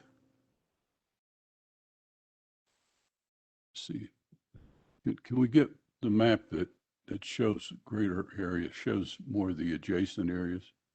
Yep, sorry, I went the wrong one. There we go. When you look at this cul-de-sac and you look at they're not compatible. They're not compatible in appearance. I see those homes up in North Park and other areas, those type of, what makes them not compatible, appear not to compatible, is the difference between 60 and 70 foot of width. You can just see it. It does not look compatible to the rest of Sanctuary Point. Can understand wanting to get more homes, but the width makes it look not compatible to the rest. As I look at that, and if you had the whole spread of Sanctuary Point, you would say that's not compatible. Respectfully disagree, sir, that there are lots that are the same width in the adjacent areas that are 60 foot wide, and the cul-de-sac itself is not the direct comparison and compatible. And I'll say this, check the Merriam-Webster dictionary, does not mean exactly the same. It means can coexist. It's not, there are other lots, but they're 70 foot wide.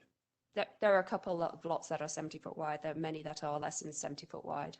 How many? There are several that I can look on the plan that is less than 70 foot wide in that area and on the opposite side of Sanctuary Room Drive. Well, when you look at them and the way they're located, it still doesn't give you the picture. It's Sure, Commissioners. I'm Lauren Moreland with Classic Homes, Vice President with Classic Homes. I'm also the project manager. I think you've been through every step of the phase, PD site plan 1, 2, and 3. And these were, I'm not only the developer, I was one of the first residents in Sanctuary Point. That's where our family was. And this will probably be the flagship of my 10-year Classic. I've been here 26 years next month, and I'm proud they've given me the reins to really run this community for take a lot of pride in every aspect of this. Sorry, I'm hoarse. I had bronchitis a couple weeks ago, and the horse isn't going away. When you look at this, and we've tried to hold it directly adjacent to the project we're trying to get approved today in regards to lot sizing, but talking about, you know, you look at 9 lots on Lazy Cat. Well, there's 27 lots technically feeding a cul-de-sac. It's a hammerhead, but there's 27 lots on there. Lots 15, 16, those are 8,400 square foot lots. So while they may have a 70-foot width, they're much more shallow. So you're changing one for the other, which forces you to take out those trees in the back. So where we may have a 60-foot lot, you get that additional depth. It does give the ability to save those trees in the rear. And what you saw in that grading plan, the red line you asked about, so we go in and lay out a line of disturbance. So we obviously have to grade where the right-of-way is going to be the road. And then the utility providers, whether it be Black Hills, Mountain View Electric, they require a certain distance, primarily Mountain View. We have to grade outside of that. And so if we took aerials from day one of this project to where we're at today, you see the same thing, very heavily treed area. Made my heart hurt tearing the first filing out, right? You're knocking down trees. And we comment on Firewise. In theory, if you really dig into what Dave Root and CSU designed in the Firewise criteria, they want those fire breaks. So while we don't want lots of trees, technically for the greater Black Forest area, we're creating something that is safer from the fire perspective. And so when we look at this, I've actually worked recently, and it wasn't at a point that I wanted to present. We're trying to adjust what was kind of a typical lot layout that you see, and what I'm going to call filing 2, which we've referenced, that's Catnap, Clandestine Court, and Lazy Cat. And we've laid this out to where it was going to be those typical, we call them A lots or B lots or transitions. There's typical lots you lay out. And what we've done here is throughout Sanctuary, we've learned, and as we move further west, as the topography changes, we've got to adjust that. It's not a one size fits all. And so there is a huge knoll that I think tops out at 7,510 feet in elevation, kind of about the head of the cul-de-sac. Does that have to grade down? Absolutely it does, and we do trees. But I've looked at that line of disturbance on how do we minimize that? Well, you can only minimize it so much, right? And that goes for every street we put in Sanctuary. Then we come back and select lot clearing. That's because we don't know if somebody's going with 60-foot wide house that's 60 foot deep or a 40-foot wide house that's 50 foot deep. Let's clear what meets Firewise criteria, but clear the minimum. We all save everything. I review every single site plan up there personally, and I take that serious. These are old trees. They're 165 years. They don't grow back overnight. Each one of those possible. I'll be the first to admit that. We really are extremely conscientious on that. And you're right. The disagreement between compatibility and being identical are obviously two different things. And so these are very much compatible. And I know enough about the project and looking at every lot and every home, every builder, every site to really get into the granular level. We won't do that tonight. I'll be respectful of your time, but I will be reviewing this. The floor plans classic is going to retain. We're not going to go third party with Vantage or Saddle Tree Homes here. This will be Classic Homes building on these lots, and we're offering the same repertoire of plans. And I could argue that when we opened this project, we wanted to be at a competitive price point. We've seen such increases in hard costs, overall development cost. You're going to see a higher price point coming in here than where we were at 4 years ago, 5 years ago when we built these.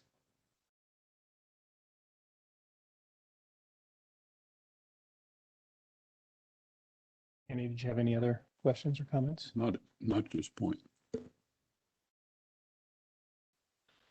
Just to add that with regard to the trees, if the church site had been built as originally planned, there wouldn't have been a tree left on this site or a knoll in the middle. That's actually what I wanted to clarify. Basically, right now, what you have the approval for is, what was it, a 37,000 square foot building? 65,000 square foot building with a parking lot completely around it. Completely leveled ground, no trees whatsoever. And right now you have the approval for that. So you could talk to the YMCA, you could talk to a fitness center, you could talk to anybody, and you have the approval right now to put a big building in a parking lot there. Lots of traffic. Or you can put in these houses with the trails, with the good neighbor. I mean, I imagine in your neighborhood, I mean, these are good neighbors in this neighborhood. I would have to say that, I mean, I understand that It's a beautiful forest. And no one wants to see that forest go because it's sitting there. But as it sits right now, the approval is there could be a really big building and a parking lot right there if we do nothing. Mr. Commissioner Light, and I'd like to comment on that, and I want to take a little bit of responsibility for my attempt to set very clear, transparent expectations at the beginning of this project. We knew the church site was approved. When we released our very, very first marketing map, I made the decision personally to note on there future residential. It's hard to hear you, Lauren. Oh, sorry about that. I put on there that I wanted future residential because I wanted to be transparent that we knew things had fizzled out with the church. They weren't interested, but let's be transparent that we want to put homes there. I hadn't done a layout at all. First stab at it was 16 lots. Those were a lot of 50-foot lots. We looked at that. Then we had a formal layout from NES and our engineers looked at grading. It went to 15. I know Commissioner Orrs has worked on this project from day one, and this has been kind of the give and take that we started at 650. We can go through the Kingswood connection. We can go through a lot of the details from each individual approval.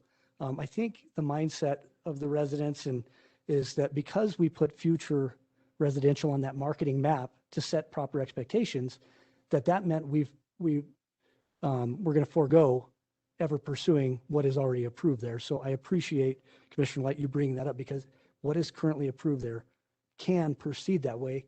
I think if we would have left it showing church site for all these years to set the expectation that it could be graded, and we came back with 15 homes, it probably would have been welcomed. I can't say that for a fact, that's my own opinion, but I think this, and then we started at 15, and I think the residents were great during the first virtual meeting. And we worked through and logically deleting those first two lots. Keep in mind the entry, if you look at the PD site plan, stops at the right of way. So it's a beautiful entry. Technically, that parcel of land is not part of that entry. That's zoned separately. That's got different ownership. It could be fully developed in that manner. But if we're going to keep it residential, they had reasonable concerns about trying to protect that. And so we took those two lots off. Then we met with a smaller group. So as we watched through all of our previous approvals, did we get everything we want? Did we get 15 lots? No, and rightfully so. But did they get everything they want? No. At 12 units, this is 2 to 3 units to the acre on a PRD4. That's 10 to 15 units. 12 and a half would be half of that. Yes, we're slightly below that. Yes, we're slightly increasing overall density of PD site plan 1.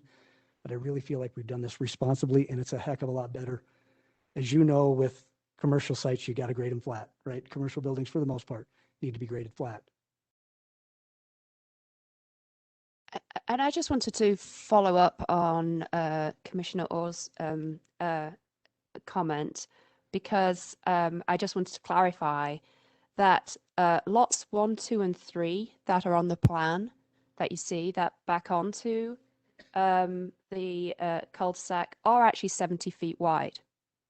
So they're 70 feet wide and up to between 160 and 175 feet deep, whereas the lots 15 and 16 that are referred to on Catnap are the same, a smaller size. They're 70 foot wide and only 120 feet deep.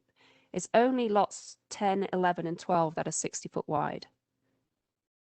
And they are 140 foot deep, not 120 foot deep. So it's really only 3 lots that are 60 feet wide, and they are probably not going to be even visible from the surrounding neighbors because they're going to have other homes between them. And I would really, to be honest, challenge anybody to walk down a street and be able to tell the difference between a 70 foot wide and a 60 foot wide lot.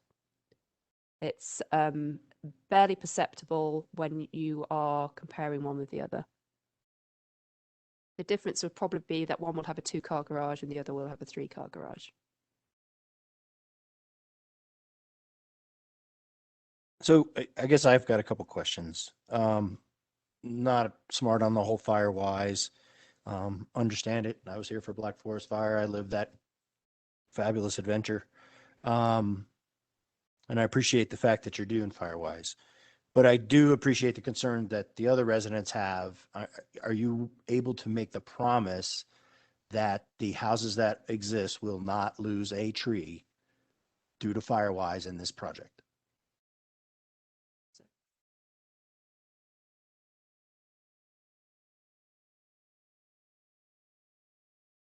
what I'm asking Andrea here is lots 5 and 6, what is the side setback there? Is that 15 feet? Well, that's a rear setback, so So that- they're all 20 feet rear So that would be setbacks. considered a rear against lots 18 and 19 of clandestine, Yes. of filing 2, filing 4. Yeah, I feel comfortable in looking at this layout that yes, You can make that we promise. could make that promise. Okay, thank you. I understand the discussion. It was supposed to be a church. We're going to clear cut it. I get it. You know, I've bought and sold a lot of houses in my time, and you know, and I have a habit, and hence I'm on a planning commission, of looking at what the future of any neighborhood's going to be, knowing it's going to affect me in the future. But somewhere in the middle is the truth, and Lauren, I appreciate the fact that you were transparent, as you said from the beginning, that the thought was it was just going to be houses, but somebody in there told 3 separate developers or 3 separate builders 8 to 10. So there's a difference here between intention, current proposal, and what was promised by somebody. I'm struggling with that one. Is that part of what we're supposed to consider? No. But as a Monument resident and somebody that drives Baptist Road every day to go to and from work, you know, I love the design of the community. I live down in Jackson Creek, and I'll be honest, I'm jealous. I mean, my favorite part of my commute is when I come down Baptist Road, headed towards 25, you make that turn and you see the peak. There is no place in this area that I love more. What you've done on the west side of Sanctuary Point Road and how those lots are laid out and the amount of trees and buffer make you feel like it blends perfectly with Fox Run.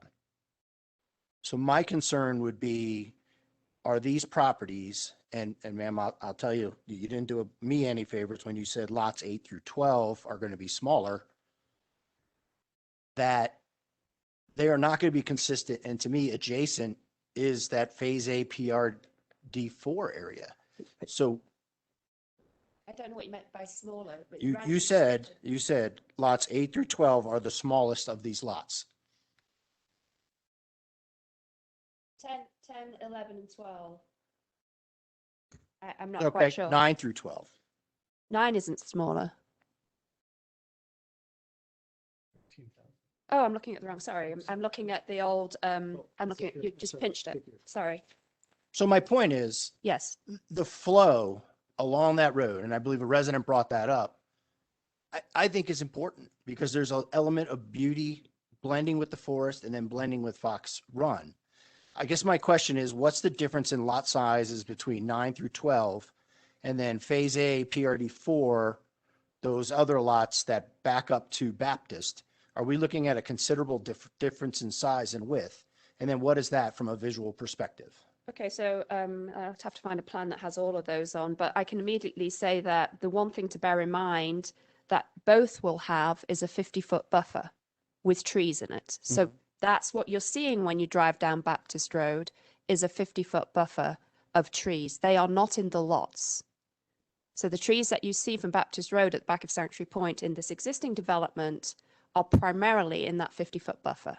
And that will be the same on this side. And I'm not talking the trees necessarily. What I'm talking about is the home spacing and how it blends and what Fox Run looks like, opposed to the houses that currently exist in Sanctuary Point, and now these 4 lots that will be smaller in size. This isn't very helpful because I'm showing you a plan, because that doesn't go quite far enough. But the lots that are here backing on, I haven't got the lots all the way down in this location. But this one here is 57 feet at the back of the lot. Okay. Which is less. And then the adjacent one is 70 feet. So there's a little bit of both. So one's less and one's more. And these are 60. Okay. And there will be the in the back of these lots, because they are deeper, to have trees in the back of those lots. Yeah, and I think that's what my question was. I just wanted to make sure it's matching what's backing up to Baptist as best we can. Yes. And my concern was, like, when you said those were smaller, it was that they wouldn't match. And that's within directly Sanctuary Point. You mentioned Fox Run. We're talking a little bit apples and oranges there because Yeah, no. PRD4 on that east end, as we go west into filing 1, that's PRD2, so that gets a little bigger. But then when you get down by Fox Run, you're talking anywhere from 1 to 2.5, and there are 5-acre lots. So little difference there, but it is consistent with what we have adjacent in PD site plan 1. And that's what one of the questions I was, defined adjacent. To me, adjacent also includes those that back up to Baptist. Yeah, So. and again, the 50-foot buffer is the significant treed area that you see now, and you will continue to see with this development, because that is going to be retained. Great. Thank you. That's all I had. Couple of questions for you real quick. Sure. When we start looking at construction, what is the timeline on this getting completed once it were to start, if it was approved? I wish I had the crystal ball right, because we bought this project in 2005, and then obviously the Great Recession hit. So we were anticipating being able to develop within a couple of years. Well, we didn't get to open this up until roughly 5 years ago, really start development 6. I will tell you that currently the market is very strong. Absorption is very high. I'll give you reference. The last filing that we opened was filing 7 in Sanctuary Point. Classic retained 40 of those lots. Vantage had 10, Saddle Tree 6.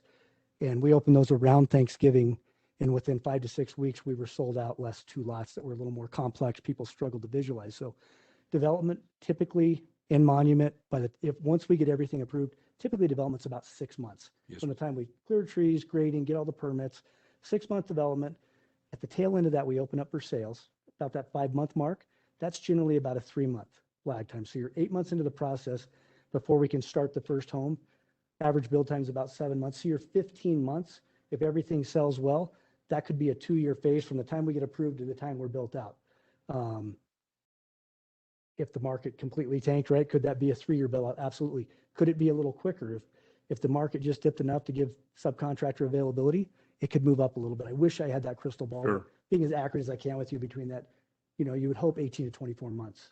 So, and understand, and I appreciate the answer. My next question is, from phase 4, as we were taking that up through Glen Eagle, the construction project, and this, if we approve this, where would all the construction material and construction traffic be going into this location? Well, as far as when you talk about material, we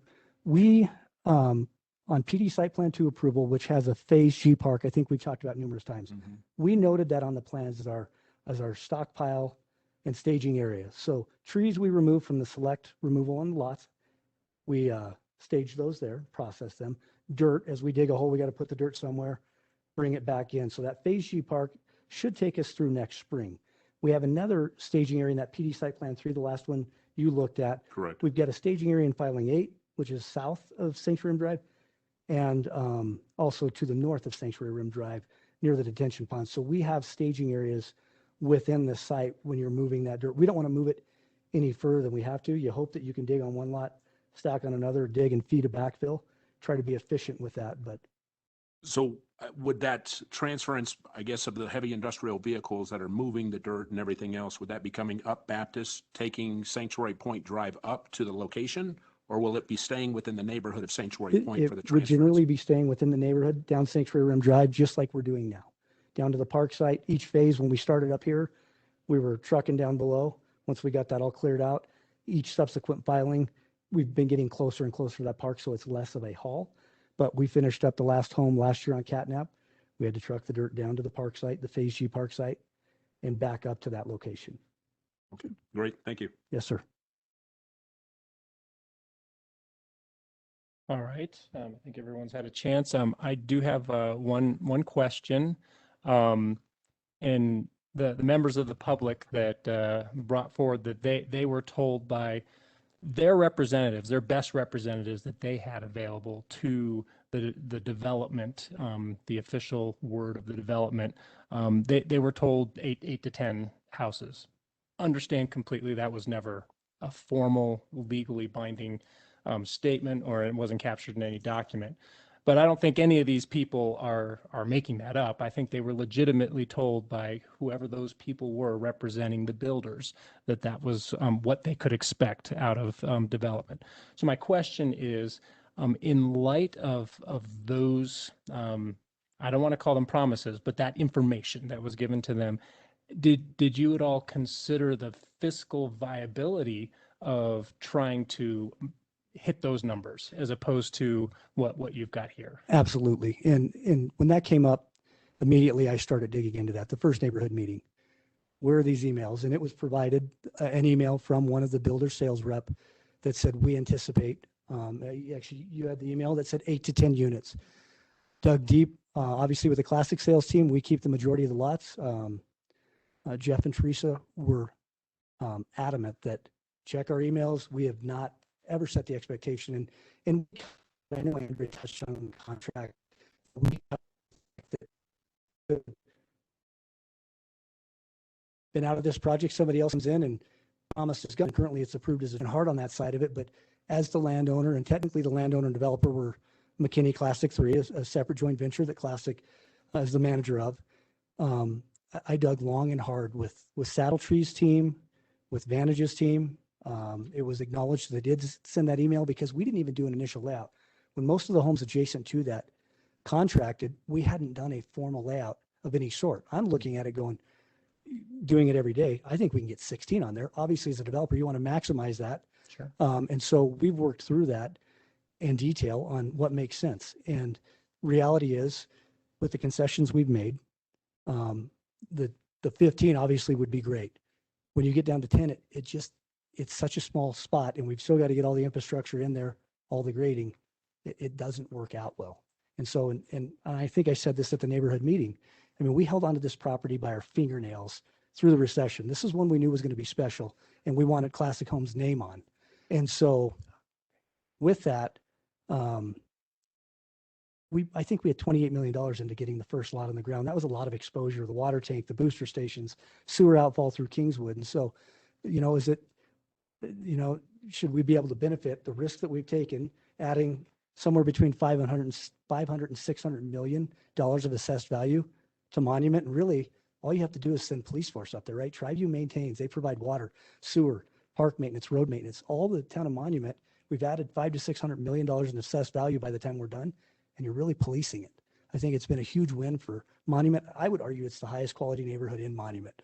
I'm biased, but we've really worked hard at this, and I don't think this erodes the quality, the pricing, the overall presentation by the time we're done. This is doing it right. And if I didn't feel that in my heart of hearts, I know I could talk to our ownership group and say, the right thing to do is 10 or we don't do it. But then the physical feasibility, does that lead to it being a church? I don't want that there. I live there. I don't want a church there any more than any of my neighbors do. I think this is the most reasonable approach to this on still protecting. Is it perfect? Does it keep every tree that people may have thought were going to be there forever? No, it doesn't. It's a no. Both sides are not going to win completely, but I dug into that 8 to 10. Obviously, a couple emails provided. The teams, ultimately, we cover that in our contracts. Again, that sounds brash, but I stand behind that. So you did look at the possibility of trying to hit that 10, and the margins were too close. Yeah, with the way that land development costs have gone up on a per lot basis, it's just not feasible to ratchet those numbers down. And being frank, I know that's always hard for people to hear, that Sure. you're being the greedy developer. No, I think we're being responsible, and we've provided a great community. We could have went through this process before we had 300 homeowners in here. We could have done this early on. We've got Renaissance product in filing 5, high density product directly below Saddle Tree's $1.4 million home. It didn't erode their model price, so the argument's not really there. And if that expectations were set on that side, and obviously emails stating that wasn't by the developer, that is a poor expectation, but we feel like we're managing this appropriately and responsibly. Okay, thank you. That's the only question I have. Wow, we have definitely gone long. Commissioners, any final discussion here before someone wants to make a motion? Do you have the emails? I do.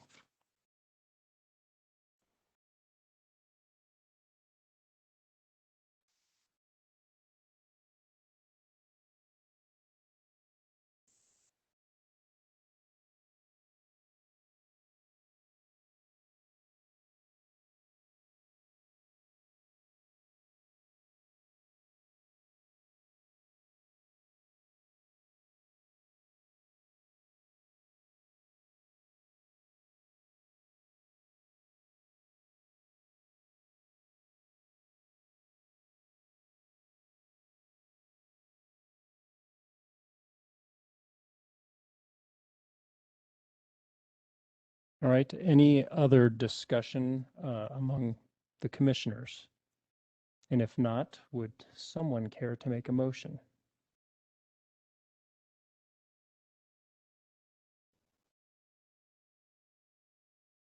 Make a motion for the approval for the Sanctuary Point Phase 1 PD Site Plan Amendment Number 4 and Sanctuary Point Sketch Plan Amendment Number 1. Bring to a vote.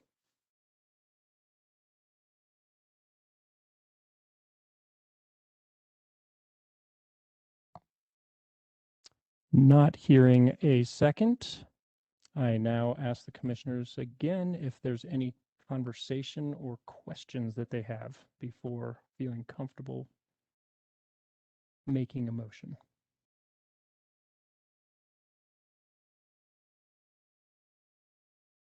And I agree, this is a hard one. I mean, I struggle with what was promised. I know I'd be probably just as upset as any other homeowner if they purchased a home and, there is a paper trail that says that they were promised this, but that's not from the owner of the property either. Again, I can appreciate the fact that this could be clear cut, and a church can go there. So I guess I'm trying to find a happy medium here to understanding where the builder is coming from, the landowner is coming from, as well as a resident, putting myself in their shoes as well, based on what was promised or what was told to them, because their number one representative is the sales agent, the person who walked them through the sale of the home. That's who they're supposed to trust. So I guess I'm struggling with that. I understand that's outside of a lot of our purview of what we're to consider in this. But frankly, that's on my head. So that's all I have. And I will go ahead and provide, this is my perspective. If I were the residents in the adjoining neighborhood, I would feel like there was a bait and switch that happened based on the information that I got from who I deemed was a authoritative representative of this development. I would completely feel that way, and I don't condemn anyone for having that sense.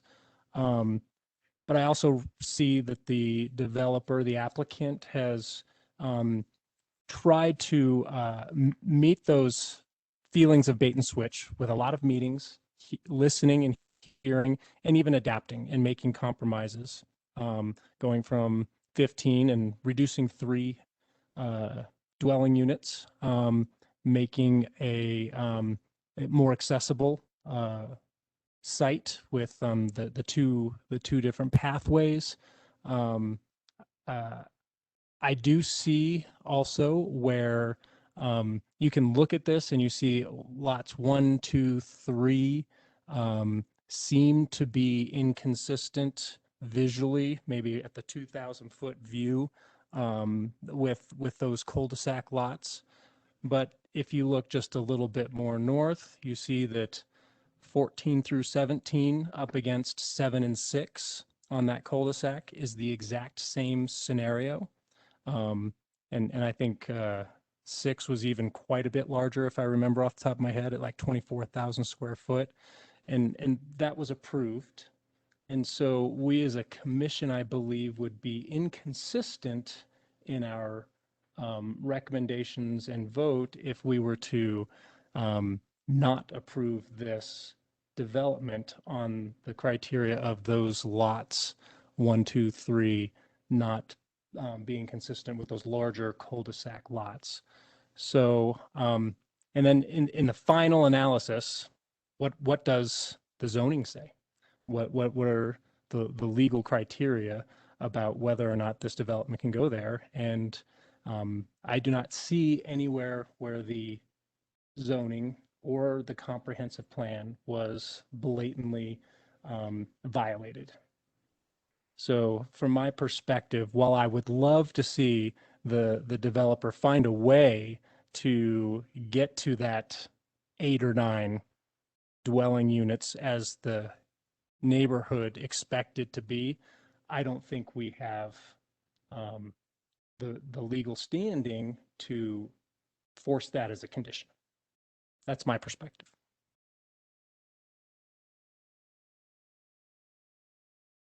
Does any commissioner have any final thoughts or questions?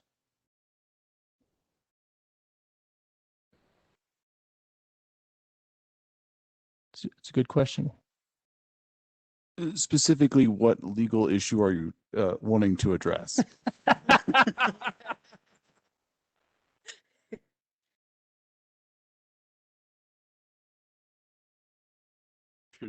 If I were to make a motion, I would be making a motion that it be reduced from 12 to 10.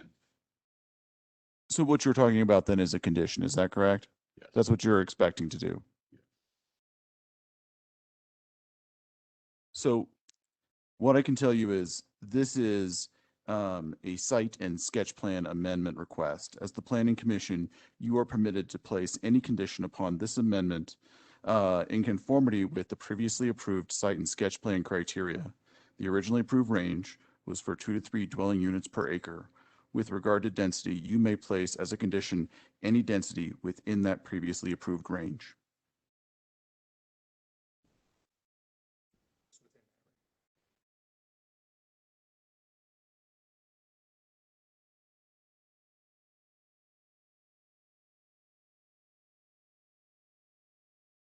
Go back to the So- density.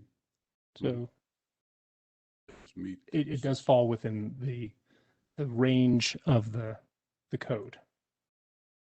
The density did go up, as was stated, from 1.8 to 1.88, but it still falls within.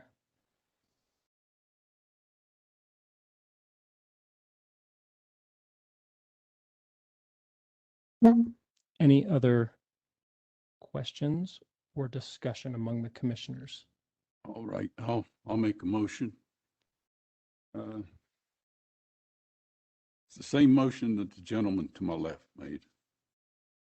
I move that the Planning Commission recommend approval Sanctuary Point Phase 1 PD Site Plan Amendment Number 4 and Sanctuary Point Sketch Plan Amendment Number 1 based on the staff report's findings that the proposed development complies with all standards and criteria for approval. I second.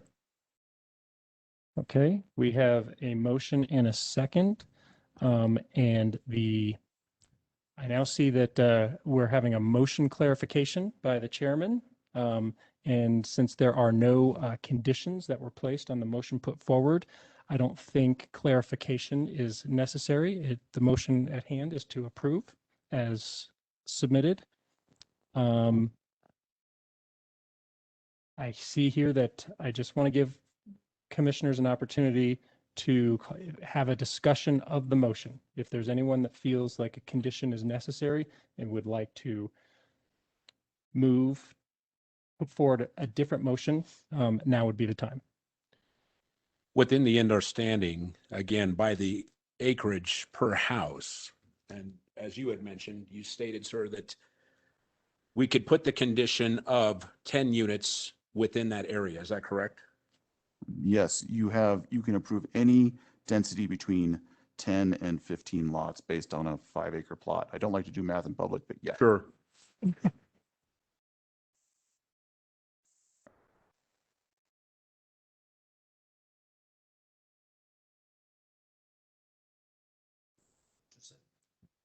It is 5.11 acres, not 5 acres. At 10.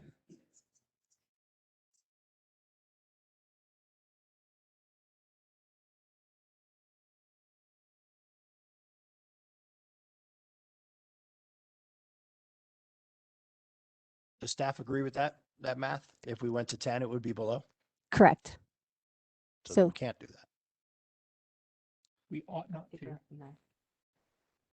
As a Okay. point of legal clarification, you do have a motion and a second. I think it would be appropriate at this point to either vote on the motion. If you decide that you may want to put a condition, you can always vote against and then make a new motion. We definitely can do that, but we also have the opportunity, according to this agenda, to question or make amendments to the motions before the vote. Correct. But I'm not seeing a move by any of my fellow commissioners to do that. I'd have to do the math to figure out what is 11. What is 11 in regards to the acreage? And simply because I would put a motion in to identify what is that acreage at 11 to, again, supersede, even though it looks like it's compatible on, again, the 2,000-foot elevation, it doesn't sit well because of the understanding of what was promised. Again, it's nothing legal, but I have that opportunity to speak that voice for the community. And that's what I don't know is what is that 11 units and is that compatible with the 11 units would be within the density range. Yes, sir. Thank you. And if I could ask a question of the staff, the 12 and 13, 14, and even 15 dwelling units would also be permissible Correct. according to the code. And so what we're talking about is limiting the developer and the applicant from something they're legally allowed to develop under the code. So I think we're doing the math in the wrong direction. So in light of that, I'm going to say I don't believe we have any amendments to the motion that has been put forward. So I'm now going to ask the staff for a Roll call. Okay. Chairman Bill Lewis. Yes. Commissioner Martin Trujillo. No. Commissioner Daniel Orrs. Commissioner Eric Light.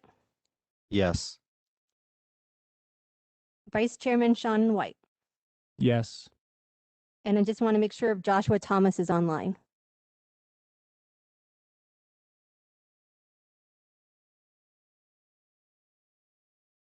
Okay, just want to make sure. And it's been approved 4-1. Okay. Well, thank you to the citizens again and to the applicants for a spirited discussion on this development. I have a question of town staff. Yes. We have far exceeded our allotted time for the evening.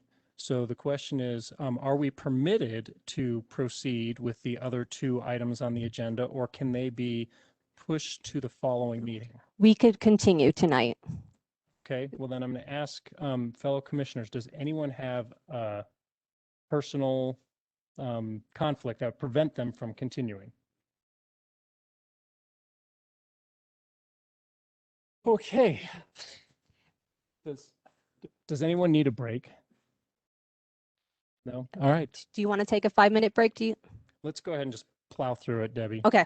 Unless you're asking for one. Nope. Didn't know if you guys needed one. Just wanted to make sure. Let's plow through. Okay. Okay. So now we are going to go to the second agenda item, which is the Wolf Business Park, Lot 2 filing number 2, final PD site plan.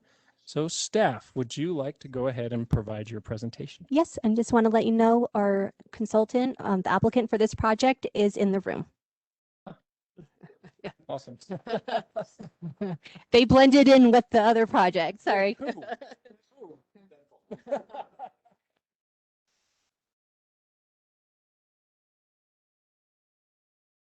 to bring it up. I'm sorry.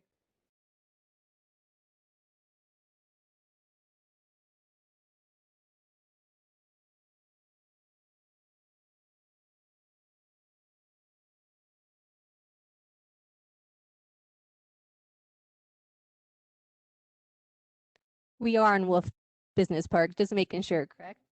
Okay.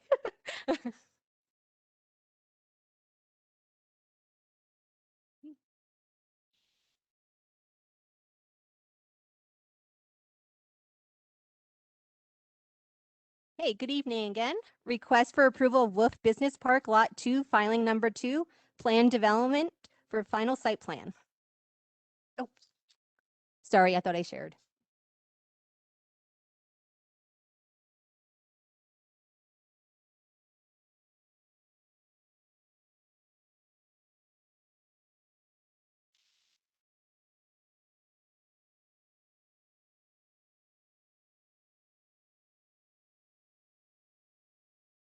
Sorry about that.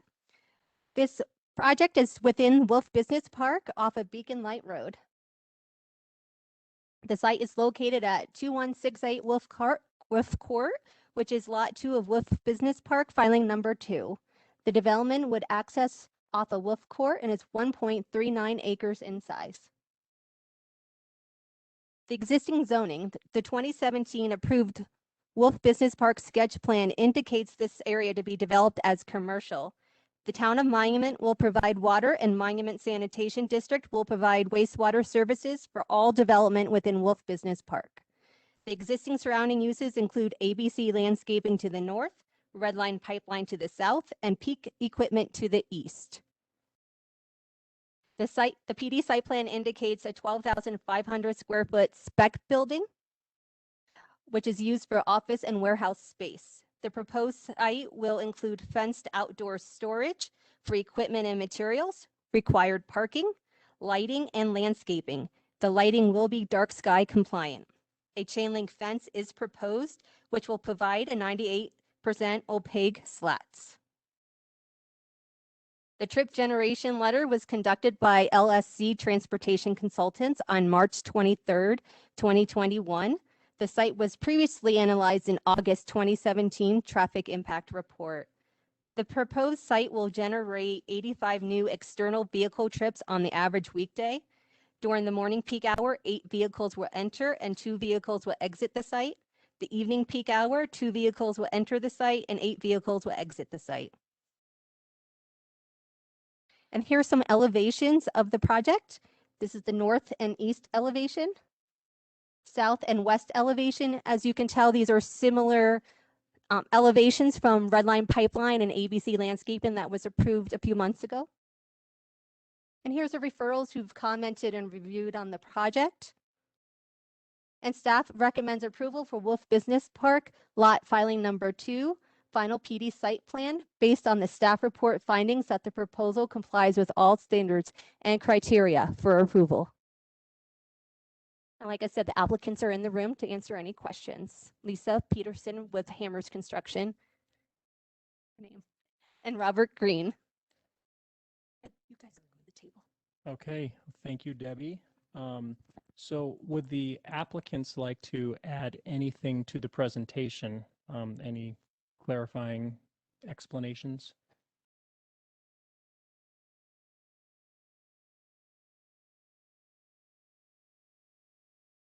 Okay, great. Same with you, Robert? Okay, great.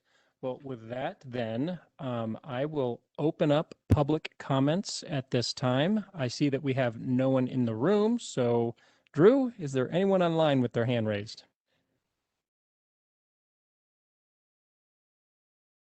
I'm going to take that as a sign that they were all exhausted and have vacated. And I'm not going to give the awkward 30 seconds to give people a chance. I can imagine. Okay, well, in light of that, I'm going to now close the public comments and turn it over to the commissioners for any questions or comments.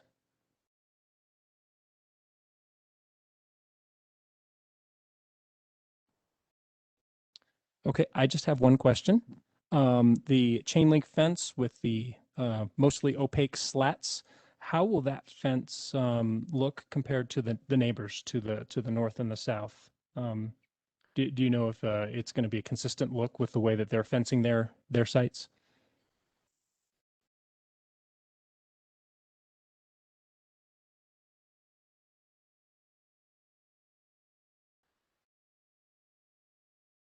Oops, sorry. Can you say all that again? Yeah. So basically, Tri-Lakes Collision was there the first building there. It's exact same fencing that we've proposed for that lot. It would be the exact same materials and everything as Hammers Construction did build that one as well. So it would be the same install. Okay, great. And from my point of view, that'll be an important element of having the area as a community look consistent, particularly from I-25 as you're coming down the hill and also on Beacon Light. So that's great. Well, that is the only question I had. I was just wondering if you had a tenant already for that building or if it's just, what do you got going? Okay. Don't at this time. Basically, that's why we've kind of stalled a little bit on building anything out there. It's kind of sat a little stagnant for that, just because of trying to get people in there for the cost that it does cost for this. So our experience in the past has always been you build it, they come. And that's usually the lot of the issue as well is, hey, if it was available today, I would have bought it in a heartbeat. But so that's kind of what our point is. But we are targeting more people like subcontractors, think people that would need a yard, people like a landscaping business or would be concrete business, anything just a typical office warehouse.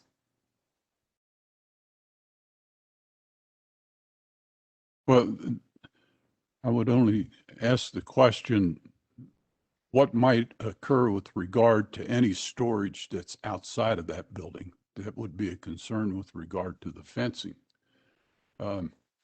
Depending on the tenant. It would depend on the tenant. Usually we try to keep any storage materials below the fence or at fence level. Obviously trucks and vehicles like that, a majority of the people usually need a yard for their vehicles that they're servicing. So that would be the main thing that usually people use it for. And storage, I mean, we're not looking at like landscape materials like you're going to see mounds of rock or mounds of dirt or anything like that. We maintain it. It's a crushed asphalt lot that we're proposing right now. So keep erosion down, keep dust control down. And then basically when we have a user, if becomes an issue, we can talk about that later, but their materials would stay below the fence at this point. Okay, I just thought I'd ask the question. Got the answer.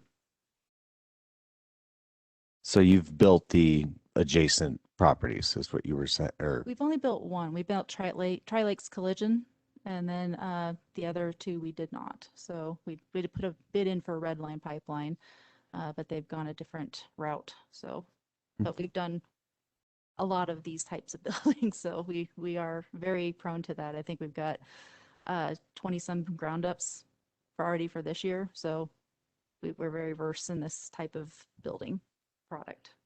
so it'll be comparable in that neighborhood. I mean, we just heard about comparable neighborhood. So I'd like that you're building even before you have the tenant, that we're going to make it look Correct. Yep. consistent as you go down that road.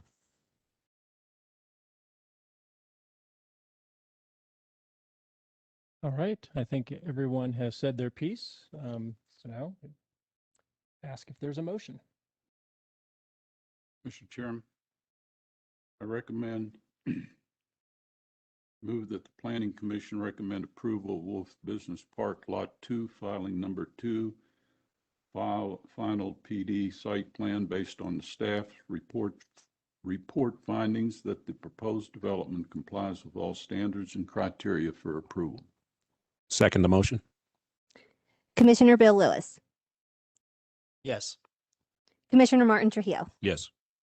Commissioner Daniel Orrs, Commissioner Eric Light, Yes. and Vice Chairman Sean White. Yes. It's been approved 5-0. Thank you. All right. Moving right along. Thank you, applicants, for your time tonight. And now moving on to the third development or applicant of the evening. It is the Monument Dental Clinic final PD site plan. So Debbie, over to you for presentation.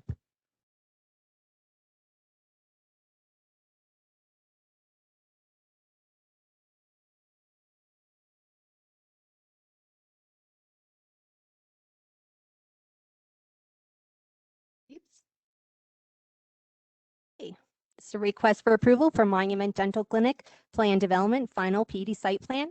Just let you know the applicant is online for this one. The project is within Monument Ridge subdivision. The site is located at 745 West Baptist Road between the Walgreens and McDonald's, which is in Lot 3 of Monument Ridge. The development's access is off of Sky Vista Point, which is a private frontage road, and it's 0.7 acres in size. The existing zoning. The approved Monument Ridge preliminary PD site plan indicates the area to be developed as commercial. Triview Metropolitan District will provide both wastewater and water services for development within Monument Ridge. The existing surrounding uses include Monument Ridge filing number 2 to the south, McDonald's to the west, and Walgreens to the east. The PD site plan indicates 3,290 square foot dental clinic. The proposed site will include required parking, lighting, and landscaping, and the lighting will be dark sky compliant. A transportation memo was conducted by LSE Transportation Consultants on August 21st, 2020. The proposed dental clinic is projected to generate 123 external vehicle trips for an average day, which is a 24-hour period. During the morning peak hour from 6:30 a.m. to 8:30 a.m., 9 vehicles will enter and 3 vehicles will exit the site. And during the afternoon peak hour between 4:15 and 6:15, 4 vehicles will enter the site and 10 vehicles will exit the site. And the next few slides are the elevation of the Monument Dental Clinic. This one's the west and north elevation. It's the east and south elevation. And here's a list of referrals who reviewed and commented on the project. And staff recommends approval of Monument Dental Clinic final PD site plan based on the staff report findings that the proposal complies with all standards and criteria for approval. Thank you, Debbie. Yep. Commissioners, any questions or comments?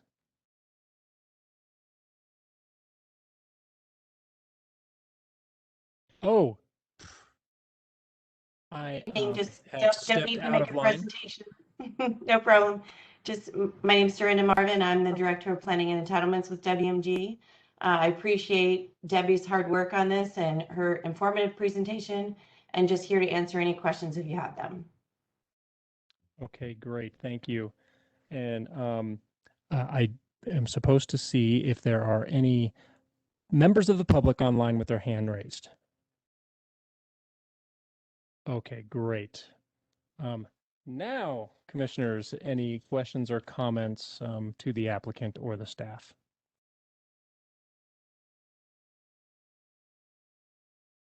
I do have one question, and that is the Monument Dental Clinic a new dental clinic to the area, or is it a relocation from an existing business? It's a new dental business for the area. New dental business. Okay.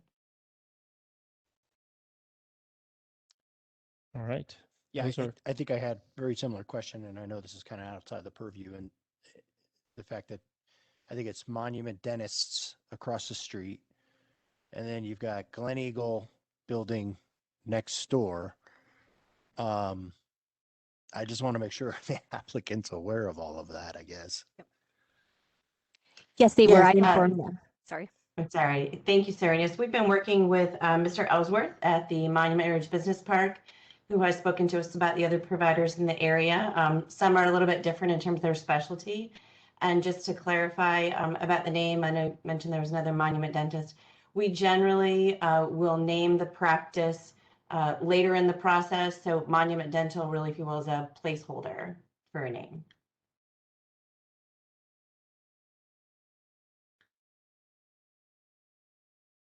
okay. Great. Any other comments or questions? Well, then what are you going to do, right? So, would any commissioner care to make a motion? Mr. Chairman, I'll make a motion. I move that the Planning Commission recommend approval of Monument Dental Clinic final PD site plan based on the staff report findings that the proposed development complies with all standards, criteria for approval. Second. Commissioner Bill Lewis. Yes. Commissioner Danny Orrs. Commissioner Eric Light. Yes. Commissioner Martin Trujillo. Yes. And Vice Chairman Sean White. Yes. This has been approved 5-0. Thank you. Thank you very much.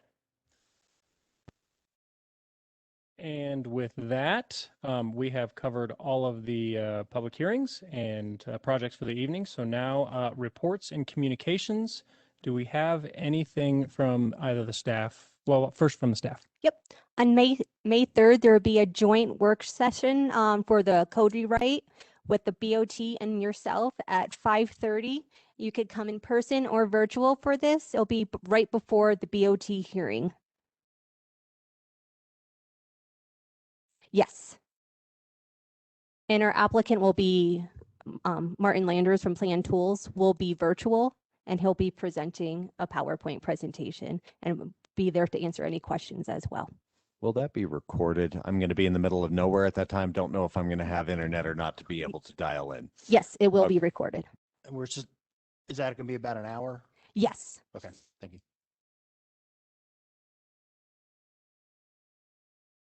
Just wanted to thank y'all for your service. I know you got a tough decision tonight. You've got residents that, live here in town. They've been here forever. They've invested in our town, and they've got some concerns. And you have to make that decision on right and wrong, winners and losers sometimes. And that's a tough decision. We really appreciate the fact that you serve our community in the way you do, and that you have to make those decisions. Our board does the same thing, and our staff does the same thing. We don't have to vote on it. We don't pick winners and losers. We don't, we follow the rules, and we bring it to you, give you as much information as possible. It's a tough job. It's a tough seat you sit in, and it doesn't go unnoticed. We really appreciate the job that y'all do. I also wanted to update you on where we're going as a planning staff. Debbie will kind of be running planning right now. I'm going to be the acting planning director as the town manager because we have a vacancy right now.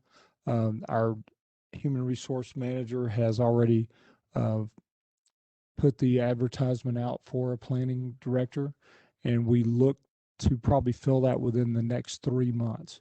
So you're going to have to put up with me for about the next 3 months. So we're here to serve you. Our job, the reason why we have our town attorney here tonight is because we heard from you that you need that service. We want to be able to provide that to you. We provide it to our board, and we feel like that it's necessary to provide it to you. I think it came in handy tonight.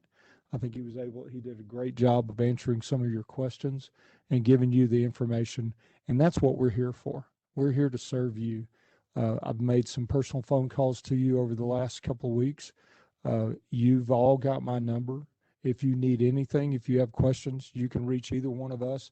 I think Debbie's doing a great job with this, and you can reach her. If you have any questions, please contact us. Let's get it worked out, before it becomes an issue. We want to serve you as much as you want to serve our community. Thank you, Mike. Appreciate that. And tonight was tough. I was torn.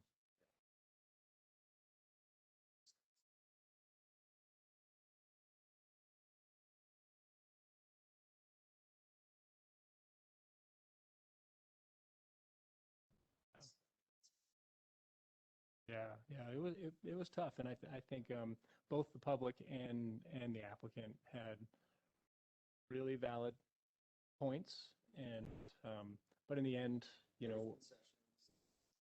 and I saw on both sides, particularly on the part of the applicant, making concessions from what they were legally allowed to do. So, but in light of that, the past month has been a little rocky, with the different projects that we have been reviewing, and we've had things boomerang back to us, and we had the training about that time, and I thought the training was really valuable. I got a lot out of it, but I think we're still at a point where digging in deep to what our tools are as a planning commission, both our roles and our tools, really having a firm grasp of that would make us more effective. And so I'd like to ask if the commission is open to, if we can find a place to get additional training and discussion and really dig into what our roles and tools are. Is there interest in doing that beyond the training we've already had? I would say definitely so, simply because in this case, just today, it brings to light a lot of different aspects that if we had more time, we'd be able to really stipulate what our conditions are. And I think that time constraint that we have almost limits us. I think if we had a lack of a better word, a cheat sheet that says, okay, condition wise, these are different variables. You know, having the lawyer here was immense. You know, by you telling us that we could have just taken that down to 10 or, you know, again, 5.1, what are our variables and what are the outcomes of different things that we can see on the fly that we're not seeing it right off the bat. And I think we're missing some of these opportunities that are not clear to us yet.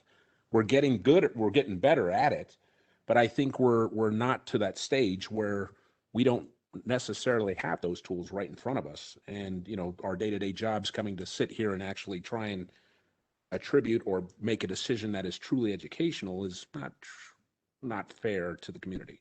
Right. And that's a great point. And I know Debbie's got some contacts with APA, and APA probably has some training online that we could send your way.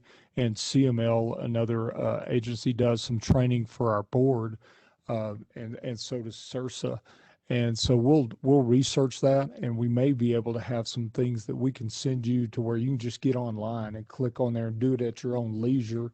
We don't have to have any kind of formal meeting to where you have to sit there and listen to somebody. You can do it in your own free time. So we'll research that and get that to you this week or next week probably, and make sure that you have that ability to be able to research and do some training on your own.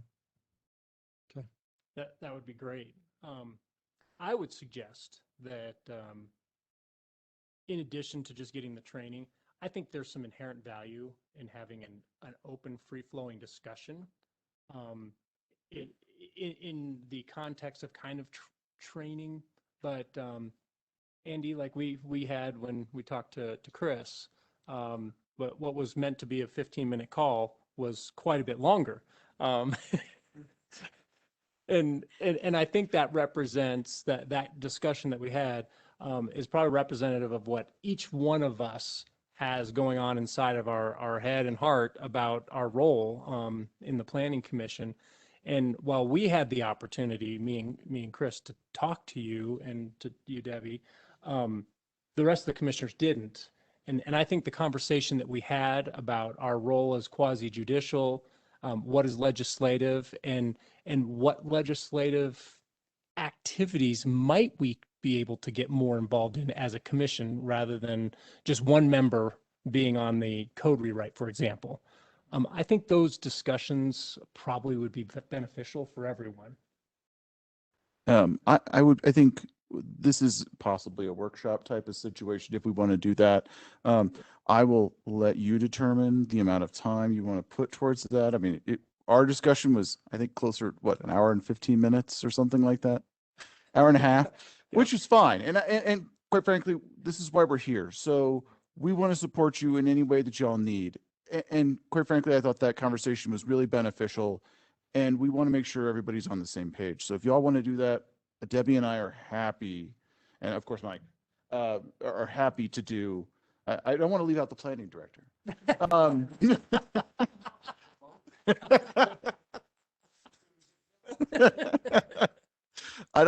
We're happy to have that discussion in, say, a workshop format. Yeah, definitely. And anytime you have questions, call staff, call us.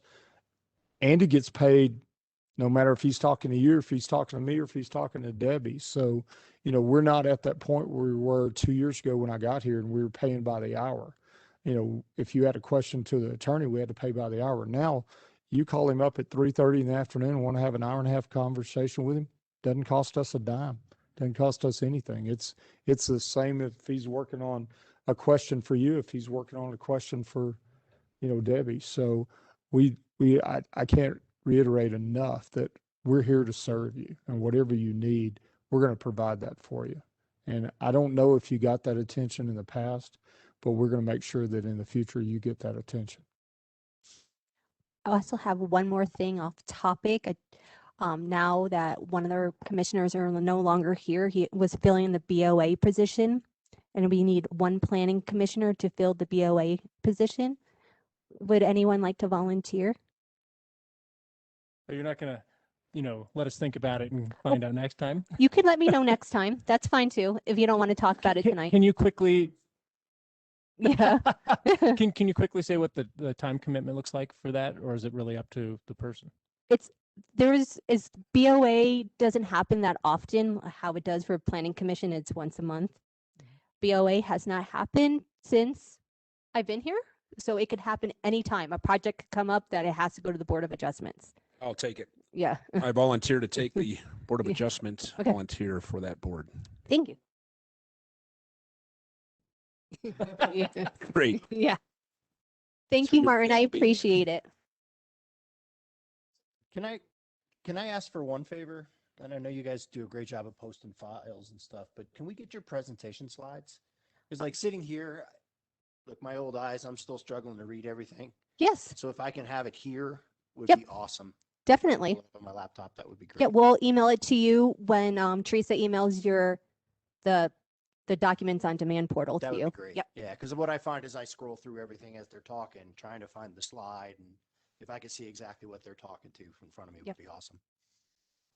Definitely. And I want to ask one question since he asked a question. Could we get a bottle of water up here? Oh, yeah. I was Yes. gonna, Tina, I Yeah. come down, but I didn't bring my water in from the car because every now and then we have water in here, but I got pretty dry. yeah, we do. We have a refrigerator full of water back here. Tina, do you have the key to it? Okay, so does anybody need any water right now? Not We, no, but next time, No, we're yeah. Tina is the keeper of the key. They don't even let me have a key. Okay. Too thirsty. But I just had to say that. Debbie, quick question for you. Within the slides, just as he had mentioned, obviously if we can get a set of those, within those slides, can we put an earmark or something on it? I'm referring to slide number 6, or because when we were flipping back on this and looking at the different plans by phases, where it had 15, 10, it went back and forth. I started looking at it and I wanted to go back and talk to a certain slide, but I didn't know which one I was looking You at. could put page numbers on my Yeah, slides. and just put it on a big bold right end so we can, Yeah. yep, I need to go back, Debbie, go back to 6, go back to 5. And the reason why that's going to make a little difference is as we start sliding back and forth, it's just to one speed up time. But I think behind the scenes, just trying to find the information, it's a little hard, just as we were talking about. But if we can have those earmarks, it'll help. And do you prefer it with the packet or the day of the presentation? What do you prefer? Day of presentation, whatever's seen here, because I Yeah. think everybody can you go back, hold on 6. Yeah, because Okay, sometimes now I I can talk to it. change my slides on the day of the presentation too. So if I could I'll give it to you by lunchtime. Yes, ma'am. Yeah. That's fine. Okay. Even Perfect. When I walk in and I can Yep. pop it open when I set my laptop up. Okay. That's fine. Perfect. Thank you. Prefer by lunchtime. I'm writing it down. Shine by lunchtime. All right, do we have any other announcements or excuse me, reports and communications? Nope, okay. Announcements, we have one here that I see. Next meeting date, May 12th at 6 p.m. Please arrive 15 minutes early. Are there any other announcements that aren't on the agenda? Okay. And I guess I do have one. I just read, and I think we're going Friday. It looks like we're going to go back to full meetings. It looks like, and we're going to talk about, we'll probably still have a hybrid to where people will be able to get online and speak and make presentations and stuff like that. But just to give you an example, Castle Rock's county commissioners tonight pretty much stated that they're going back to full work, and businesses can too. So they're still going to adhere to the mask mandate by the governor, but they're pretty much going to open up Castle Rock. So I would expect our board to probably consider similar action.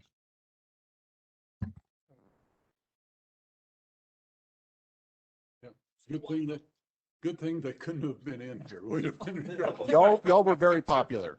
It's a hot room. Yeah. Don't forget to modify the opening statement if we go back to full